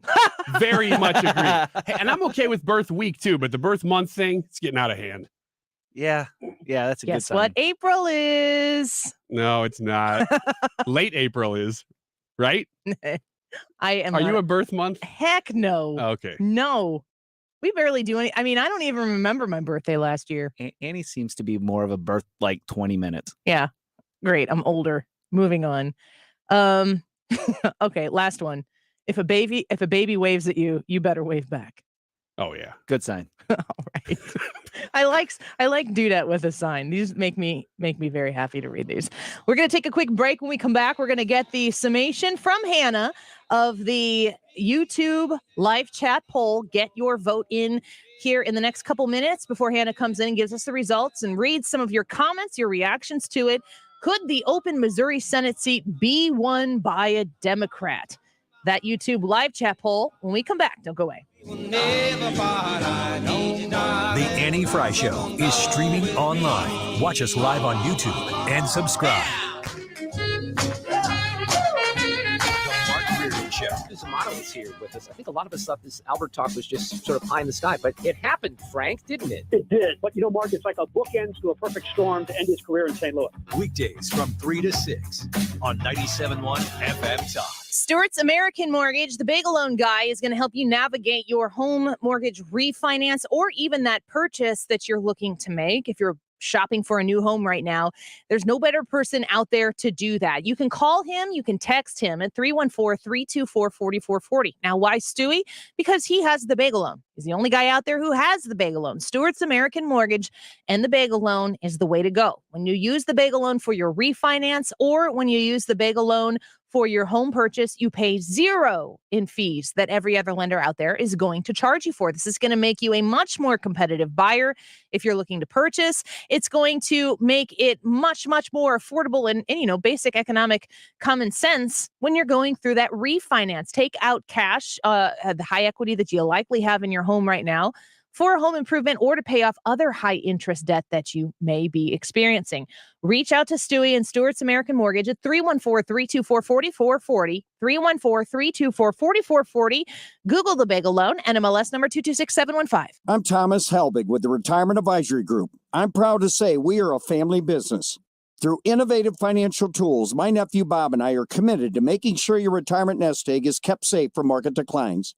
As a matter of fact, we have never lost a dime of our clients' money, and we won't lose any of yours either. Hi, I'm Bob Kershaw, and the secret is in linking safely to the market without putting your principal at risk. As we look ahead at the likelihood of increasing volatility in the market, it's important that you protect your nest egg from market losses, as that's the engine that drives your retirement income. Our family would like to help your family retire comfortably and keep your retirement safe and secure. Call us now for a no-cost, no-obligation retirement review. And just for coming in, you'll get a copy of my second edition book, Your Key to a Worry-Free Retirement. We've been helping retirees and pre-retirees retire with confidence for 36 years.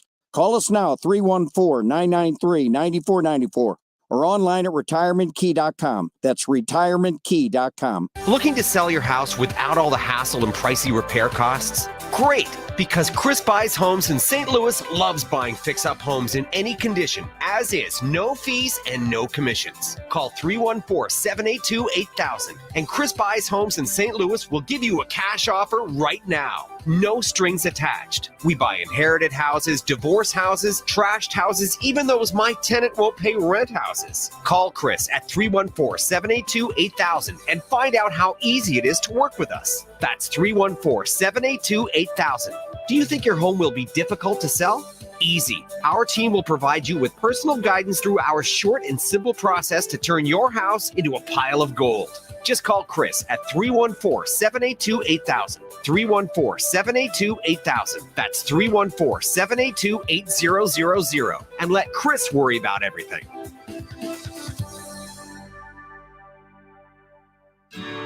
The Med Spa at the Institute of Natural Health understands how difficult it is to maintain healthy skin and how much this can affect someone's life. With the right combination of treatments and products, they can help you keep your skin looking healthy and more youthful, while also reducing and preventing damage. Take your first step towards healthy skin at the Med Spa at the Institute of Natural Health. Visit them at inhstl.com or call to schedule at 314-293-8123. That's 314-293-8123. You're listening to the Annie Frey Show live from the Air Comfort Service Heating and Cooling Studio. Get your HVAC system ready for warmer weather with a cooling system check included with all maintenance plans from Air Comfort Service. Maintenance plans start at $15 per month. For details and to get in your comfort zone, visit aircomfortservice.com. Bringing you up-to-the-minute traffic like nobody else. Sue Thomas and dependable traffic, driven by Ambassador Midwest Floor Company. the best way to deal with in-home traffic. Experience more at Ambassador Midwest Floor.